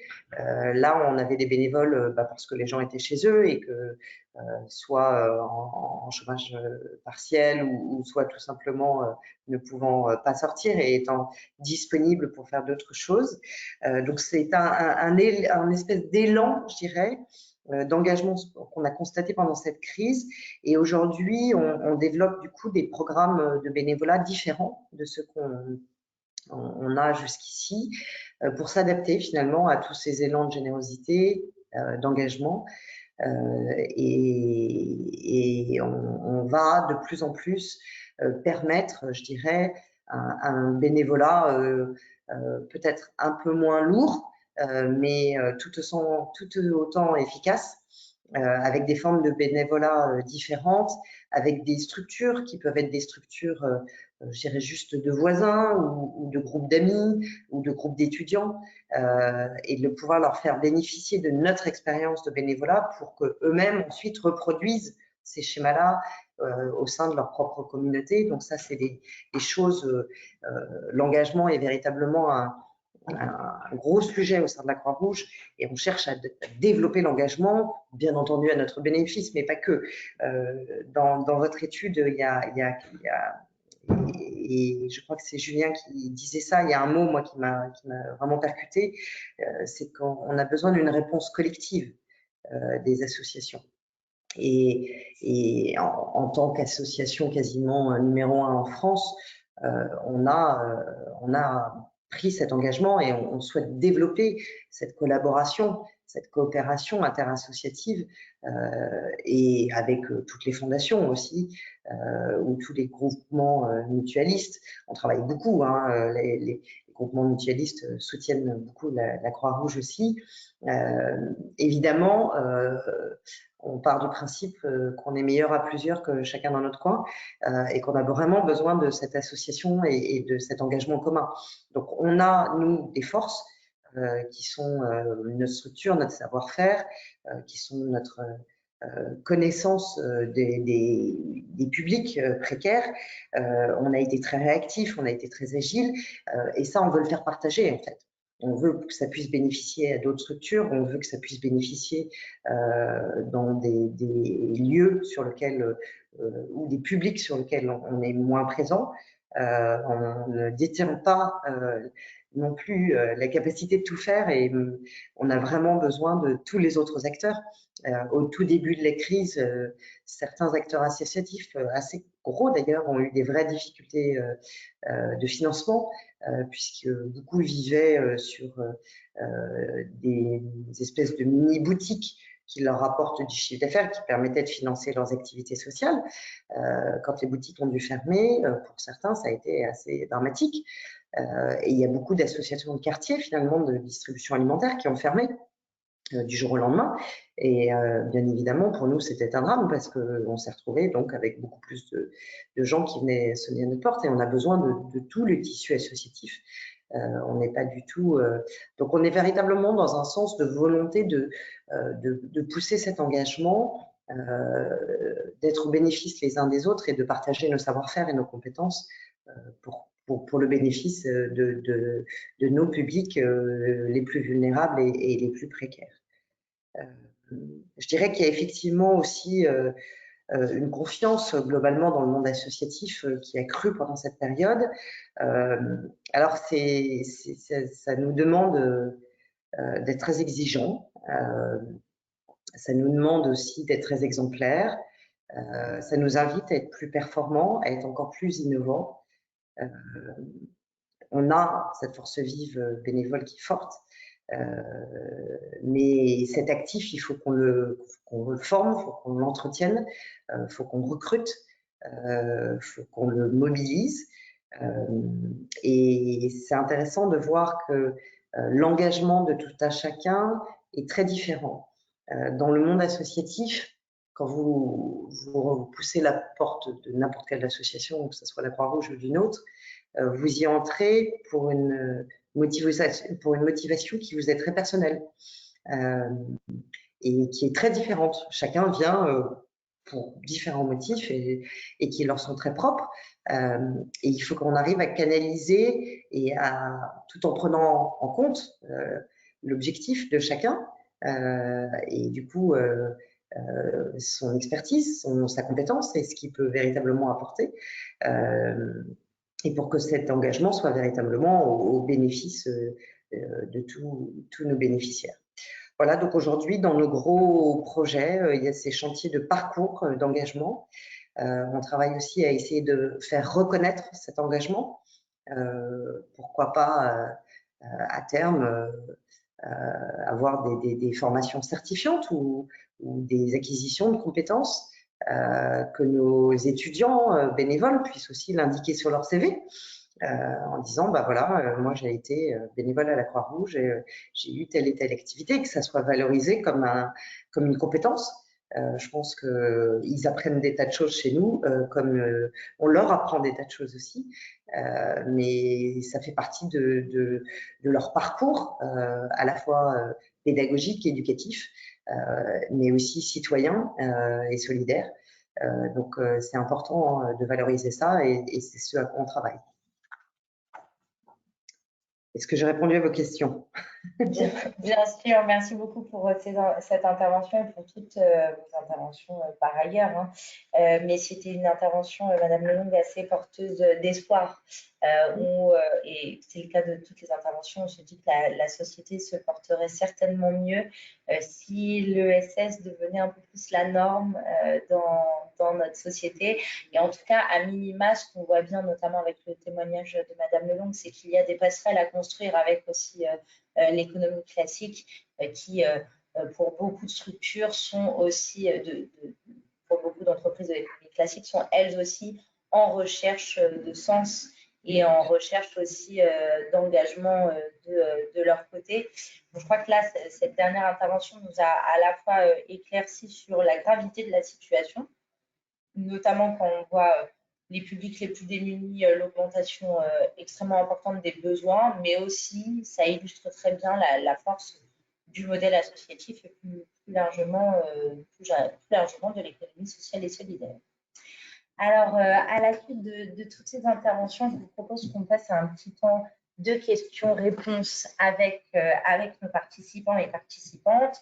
Première chose, je vais regarder un petit peu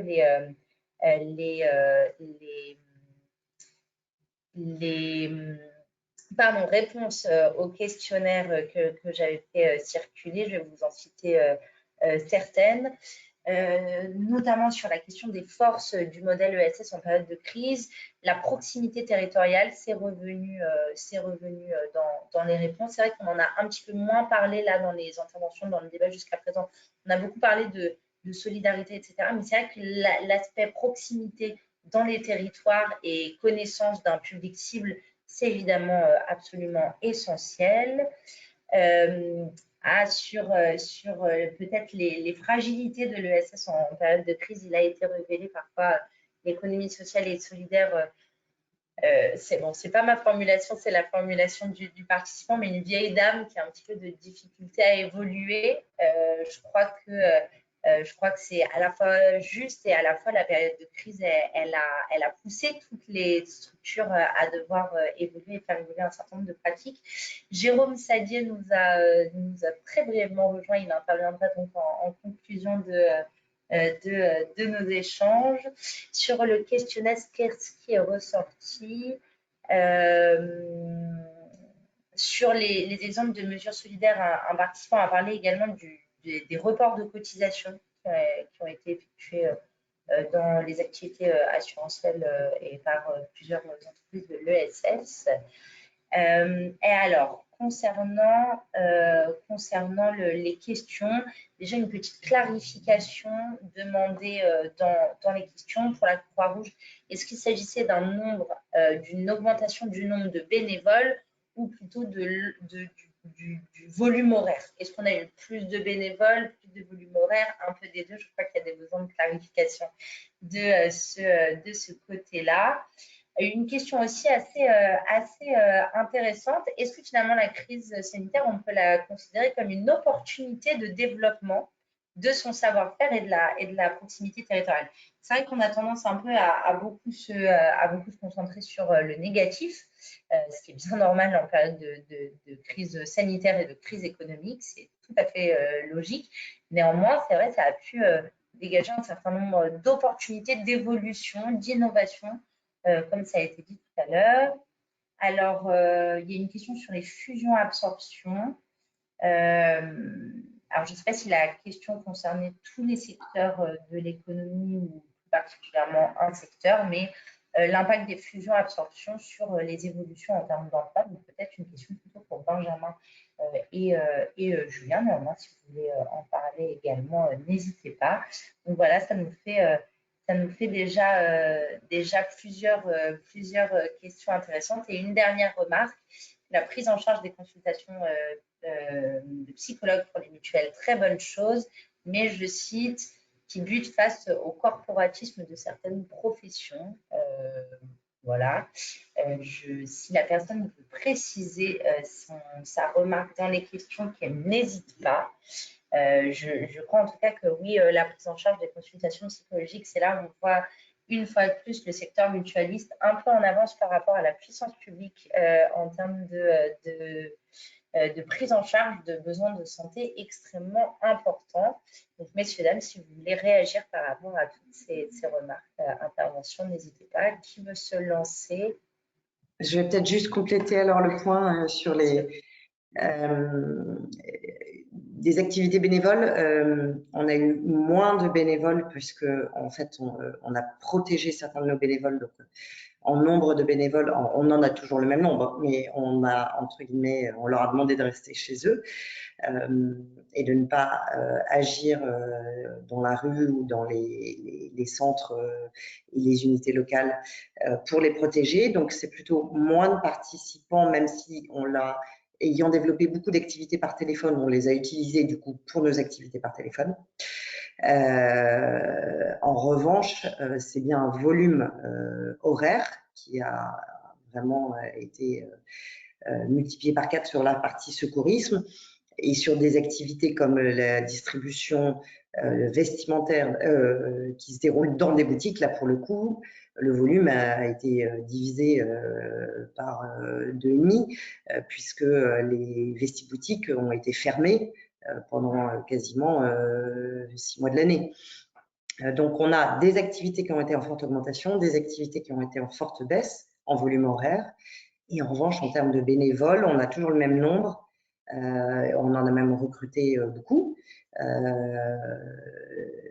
Mais après, sur l'activité secourisme, nos bénévoles ont besoin d'être formés avec des formations, des niveaux de formation très solides. Donc, ils ne sont pas, je dirais, entre guillemets, actifs du jour au lendemain, même s'ils rentrent dans les programmes de formation rapide. Et puis, pour répondre à votre deuxième question, est-ce que la crise est une opportunité? Moi, j'en suis persuadée. Je pense que chaque crise, de toute façon, c'est un moment de réflexion, de remise en question, de transformation. Nous, ça a été un vrai moment d'innovation. Ça a été un moment, on est aussi en pleine réflexion sur notre plan stratégique qui décline de notre nouveau projet associatif.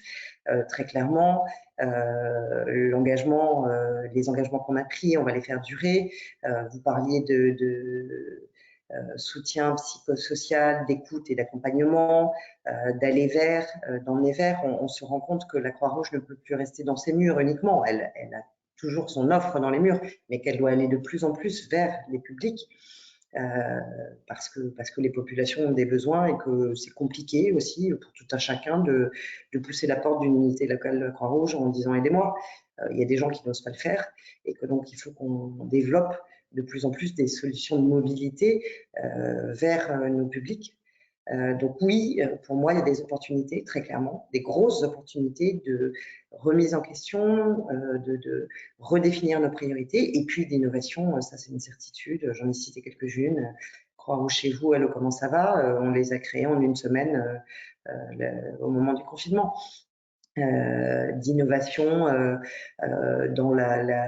dans nos territoires aussi, dans le fait qu'ils ont mutualisé beaucoup leur savoir-faire, leurs besoins, que quand il y avait une ambulance qui manquait à un endroit, alors que chacun des territoires sont finalement assez indépendants, bah, là, ils sont tous prêtés main forte à celui d'à côté.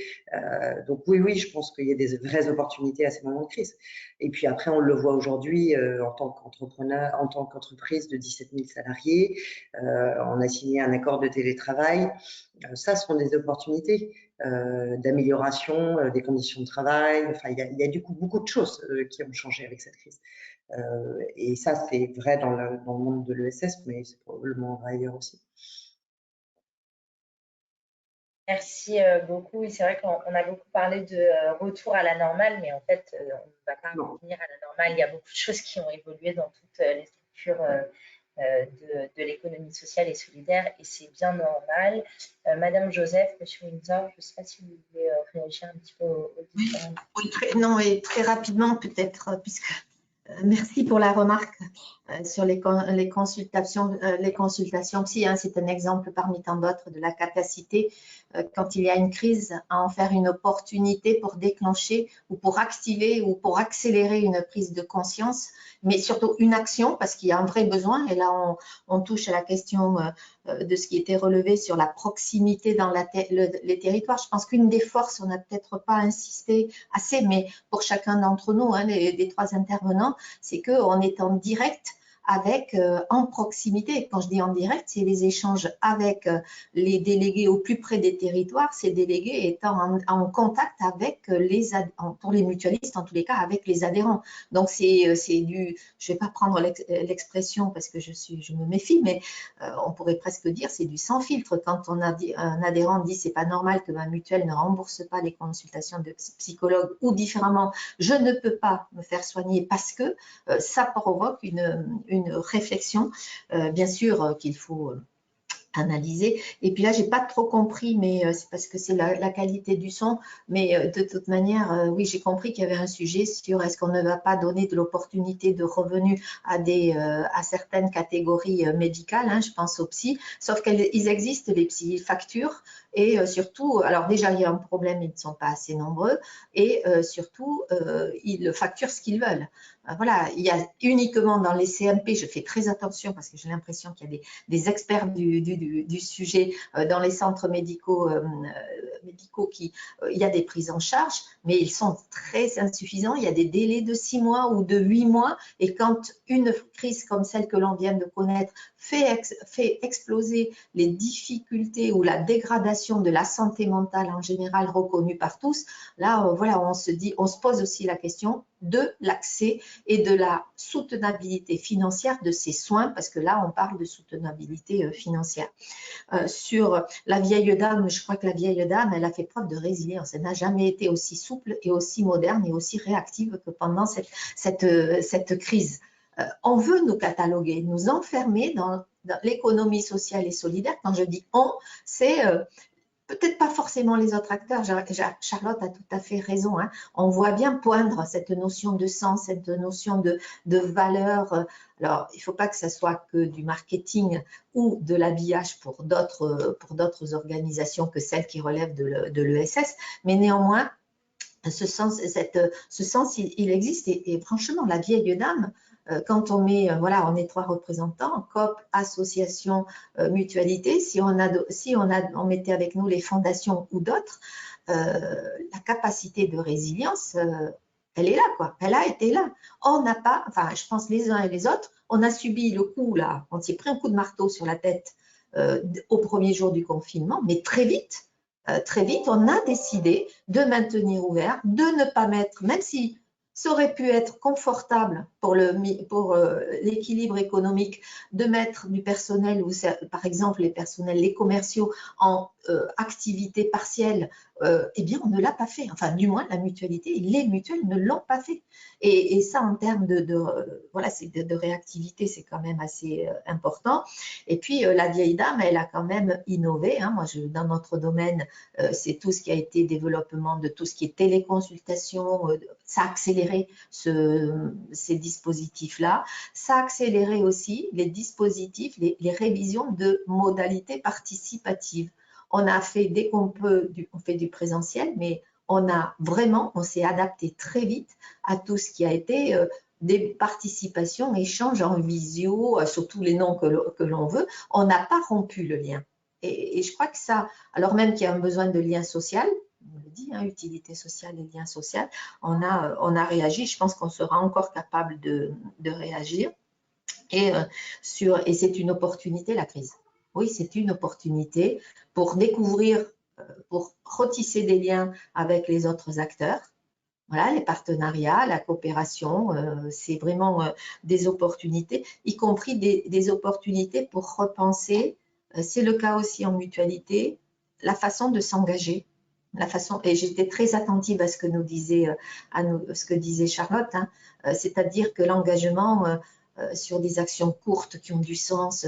Donc, ça nous re-questionne. En tous les cas, je sais qu'à la mutualité, nous, les mutuelles, ça nous re-questionne sur les modalités de cet engagement court, agile, réactif, en faisant cohabiter plusieurs formes d'engagement aussi. Ça, c'est cette agilité qu'il va nous falloir mettre en œuvre c'est une opportunité de la crise.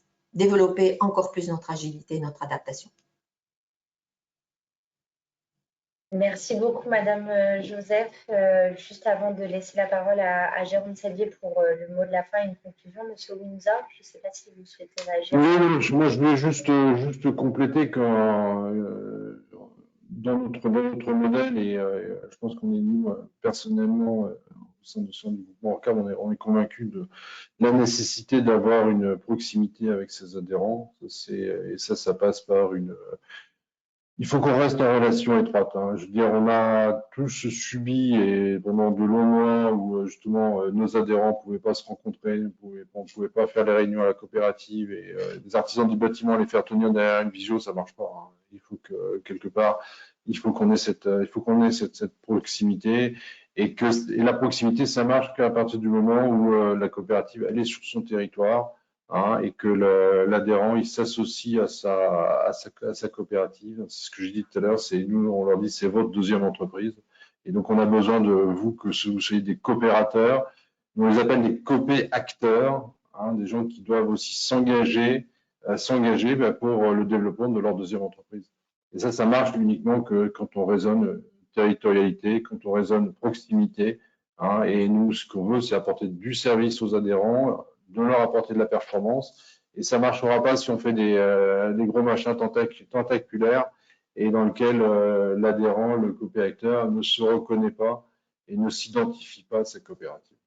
Et donc oui, l'ESS, c'est avant tout synonyme de territorialité, d'impact territorial.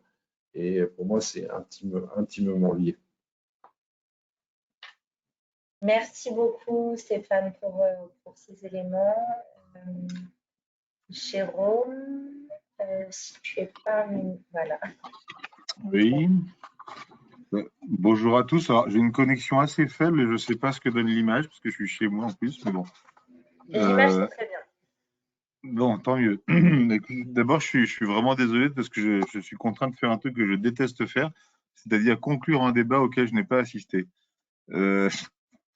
C'est vraiment pas terrible, ça fait que 20 minutes que je suis là, donc je commence à présenter mes excuses aux trois intervenants, encore plus à Charlotte que je ne connais pas, mais aussi à Dominique et Stéphane acceptera que l'une des raisons pour lesquelles je suis en retard, c'est parce que je prépare un séminaire qu'on doit avoir ensemble demain, puis accessoirement, j'ai eu ma deuxième dose ce matin, et voilà, ça a quelques effets effectivement secondaires, je vais dire ça comme ça.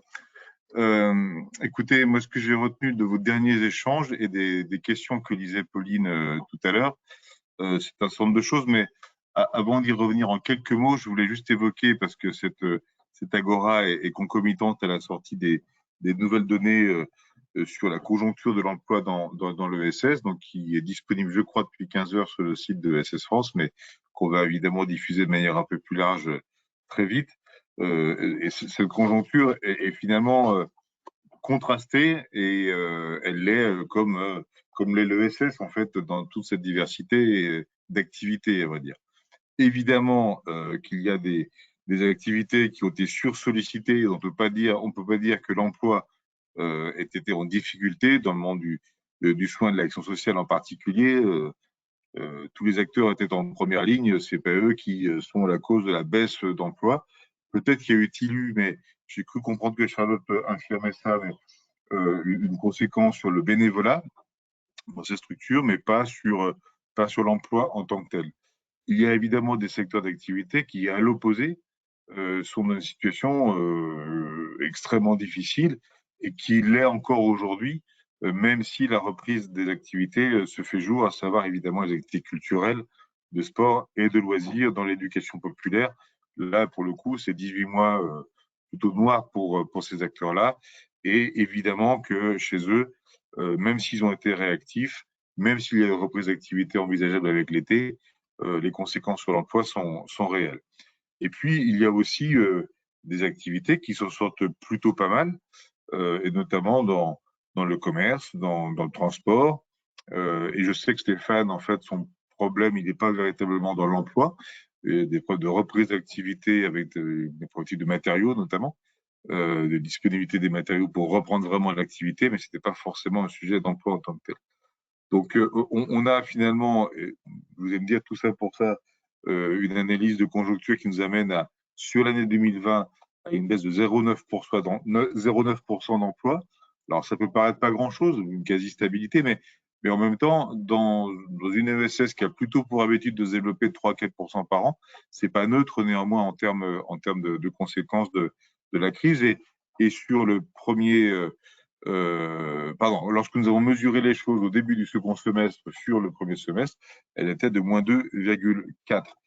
Donc, ça veut dire quand même que la situation est tendue et a fortiori plus tendue dans un certain nombre de secteurs d'activité. On peut considérer quand même, au vu de ce qui se passe dans le reste de l'économie, que l'ESS aurait été sans doute un peu plus résiliente que certains autres secteurs d'activité. Et je reprends à mon compte ce que disait Dominique tout à l'heure, qu'il y a aussi une capacité d'engagement qui caractérise l'ESS, qui a fait qu'elle a pu parfois réagir de façon non, je vais pas dire illogique, mais en tout cas non logique, c'est-à-dire qu'elle aurait pu faire peut-être comme d'autres, mettre fin aux activités ou les suspendre, en tout cas temporairement, demander aux gens de rester chez eux, profiter du chômage partiel, et c'est loin d'avoir été le cas dans le monde de l'ESS, qui parfois même est allé au-delà de ce qu'étaient ses missions dans certains types d'organisations, en faisant des actions qui sortaient de l'ordinaire en mobilisant ses salariés ou ses bénévoles. Je ne vais pas rentrer dans le détail, mais beaucoup d'acteurs de l'ESS, en fait, sont allés au-delà de ce qu'ils devaient faire habituellement. Après, sur les autres questions qui peuvent se poser, qui vont au-delà des questions d'emploi, c'était dit tout à l'heure hein, sur est-ce qu'il y a dans la crise des opportunités. Alors, Charlotte l'a dit, je crois, oui, oui évidemment, qu'il y a des opportunités dans la crise.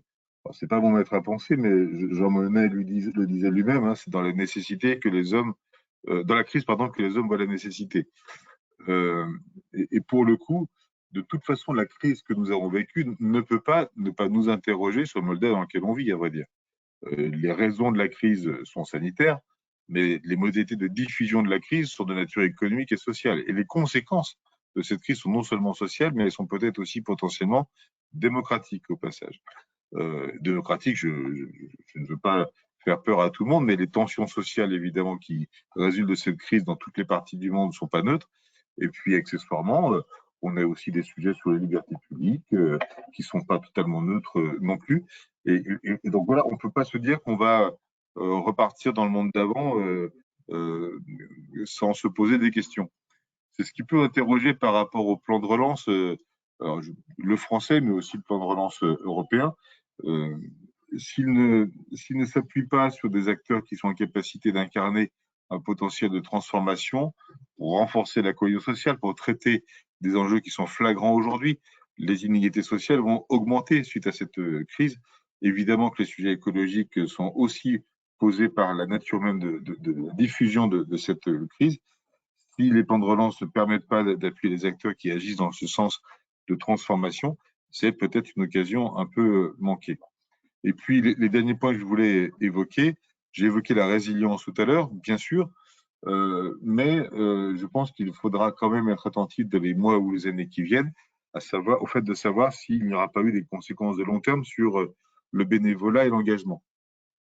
Moi, je suppose que, moi, je le sais à titre personnel et familial, mais sans doute que chacun d'entre vous peut avoir constaté qu'il y a eu aussi des volontés qui ont été un peu ralenties, en fait, pendant la crise, ne serait-ce que parce que beaucoup de bénévoles qui sont dans les associations ou dans d'autres structures de l'économie sociale sont parfois plus âgés que la moyenne et ils étaient parfois les premiers à avoir été confinés chez eux en attente de vaccination. Et donc, ça a apporté un coup sévère à certaines associations, à vrai dire. Donc là, on est dans le monde du bénévolat, mais plus généralement, les raisons de s'engager demeurent, il n'y a aucun doute là-dessus. Les modalités, peut-être qu'elles sont peut-être plus refroidissantes aujourd'hui, sans jeu de mots sur le climat de ces derniers jours, par rapport voilà, à la prise de risque qu'il peut y avoir à vivre dans des collectifs, dans des lieux collectifs, à courir le risque de contamination, etc. Donc, c'est pas à prendre à la légère, à mon avis. Évidemment, je ne souhaite pas que ça se passe comme ça, mais il ne faut pas complètement l'exclure non plus. Et puis, on aura forcément, c'est le sujet tarte à la crème, mais pas plus que dans le reste de l'économie du monde de l'entreprise, dans le monde de l'ESS, les questions, pas moins en tout cas, ou pas plus, pas qu'on faut dire, pas moins que dans le reste de l'économie, le monde de l'ESS devra s'interroger sur l'organisation du travail, et si ce n'est pas du travail, de l'action, parce qu'on pourra sans doute difficilement demander aux collaborateurs des entreprises de l'ESS de continuer à travailler comme ils travaillaient auparavant. Moi, j'y tente à la crème parce que tout le monde parle de télétravail, mais fondamentalement, je pense quand même que la crise a révélé des attentes parfois contradictoires. Il y a ceux qui étaient en télétravail qui étaient très heureux, ceux qui étaient très malheureux en télétravail par ailleurs. Donc, les aspirations sont forcément différentes. Donc, c'est moins le traitement du télétravail qui va se poser comme problématique que le fait de concilier les aspirations contradictoires. Et avec comment dire, les managers de nos organisations qui vont être soumis à des tensions un peu compliquées, à vrai dire. Et sans parler du fait que le collectif de travail, c'est quelque chose qui compte aussi et le préserver dans nos organisations, à fortiori quand ça cohabite avec des collectifs d'engagement, avec des personnes qui assurent des responsabilités avec des mandats, mais aussi des gens qui s'engagent bénévolement tout simplement. Voilà, tout ceci va être très compliqué et je pense que ça va nous obliger à réfléchir, à savoir comment on traite ça aussi dans l'ESS, mais encore une fois, dans sa grande diversité. Je ne pense pas que la question se posera de la même façon, pour reprendre nos 3 intervenants seulement, dans vos organisations respectives, à vrai dire. Mais je pense que c'est néanmoins un sujet commun à tous. Voilà, donc je voulais vous remercier d'avoir accepté cette invitation, remercier ceux qui ont assisté à ce webinaire. Je n'ai pas vu combien il y a eu de questions en tant que telles, mais j'espère que c'était suffisamment dynamique. J'ai parfaitement confiance en Pauline dans le fait, dans ses capacités à les stimuler, ces questions, et encore plus à les synthétiser. J'espère que vous avez passé un bon moment avec nous et je vous invite à prendre connaissance de la note de conjoncture sur l'emploi dans l'ESS par ailleurs et en faire la diffusion, si vous voulez bien. Voilà, merci à tous. Pauline, je te rends la main pour dire au revoir. Merci beaucoup, Jérôme. Eh bien, oui, c'était le mot de la fin. Donc, n'hésitez pas à lire, à diffuser cette note d'analyse de la conjoncture. Un document, cette note d'analyse de la conjoncture pour l'emploi dans l'ESS en 2020. Document élaboré par notre Observatoire national de l'ESS. Merci mille fois encore à tous les intervenants et intervenantes pour votre participation à cet échange, mais également pour votre disponibilité dans la préparation de cette Agora et pour la disponibilité également de vos équipes. Merci à tous les participants et participantes. N'oubliez pas donc de remplir le petit questionnaire que je vous avais envoyé dans le chat. Et pour celles et ceux, encore une fois, qui sont franciliens, tout le monde est bienvenu au pot de fin d'année que nous organisons avec la CRES Île-de-France le 7 juillet dans le 13e arrondissement. Et donc, merci encore à toutes et à tous et on se dit à très vite pour d'autres initiatives de la République de l'ESS et pour la lecture d'autres travaux issus de l'Observatoire national de l'ESS. Donc, merci à toutes et à tous et je vais mettre fin au webinaire. Nous avons Benjamin qui est revenu quelques instants. Si tu veux dire un mot aussi, n'hésite pas.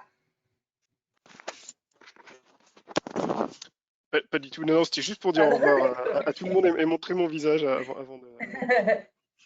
Eh bien, au revoir Benjamin. Merci encore pour tout ton travail. Au revoir Julien également. Et au revoir à toutes et à tous. Au revoir. Au revoir. Merci. Merci, au revoir. Merci.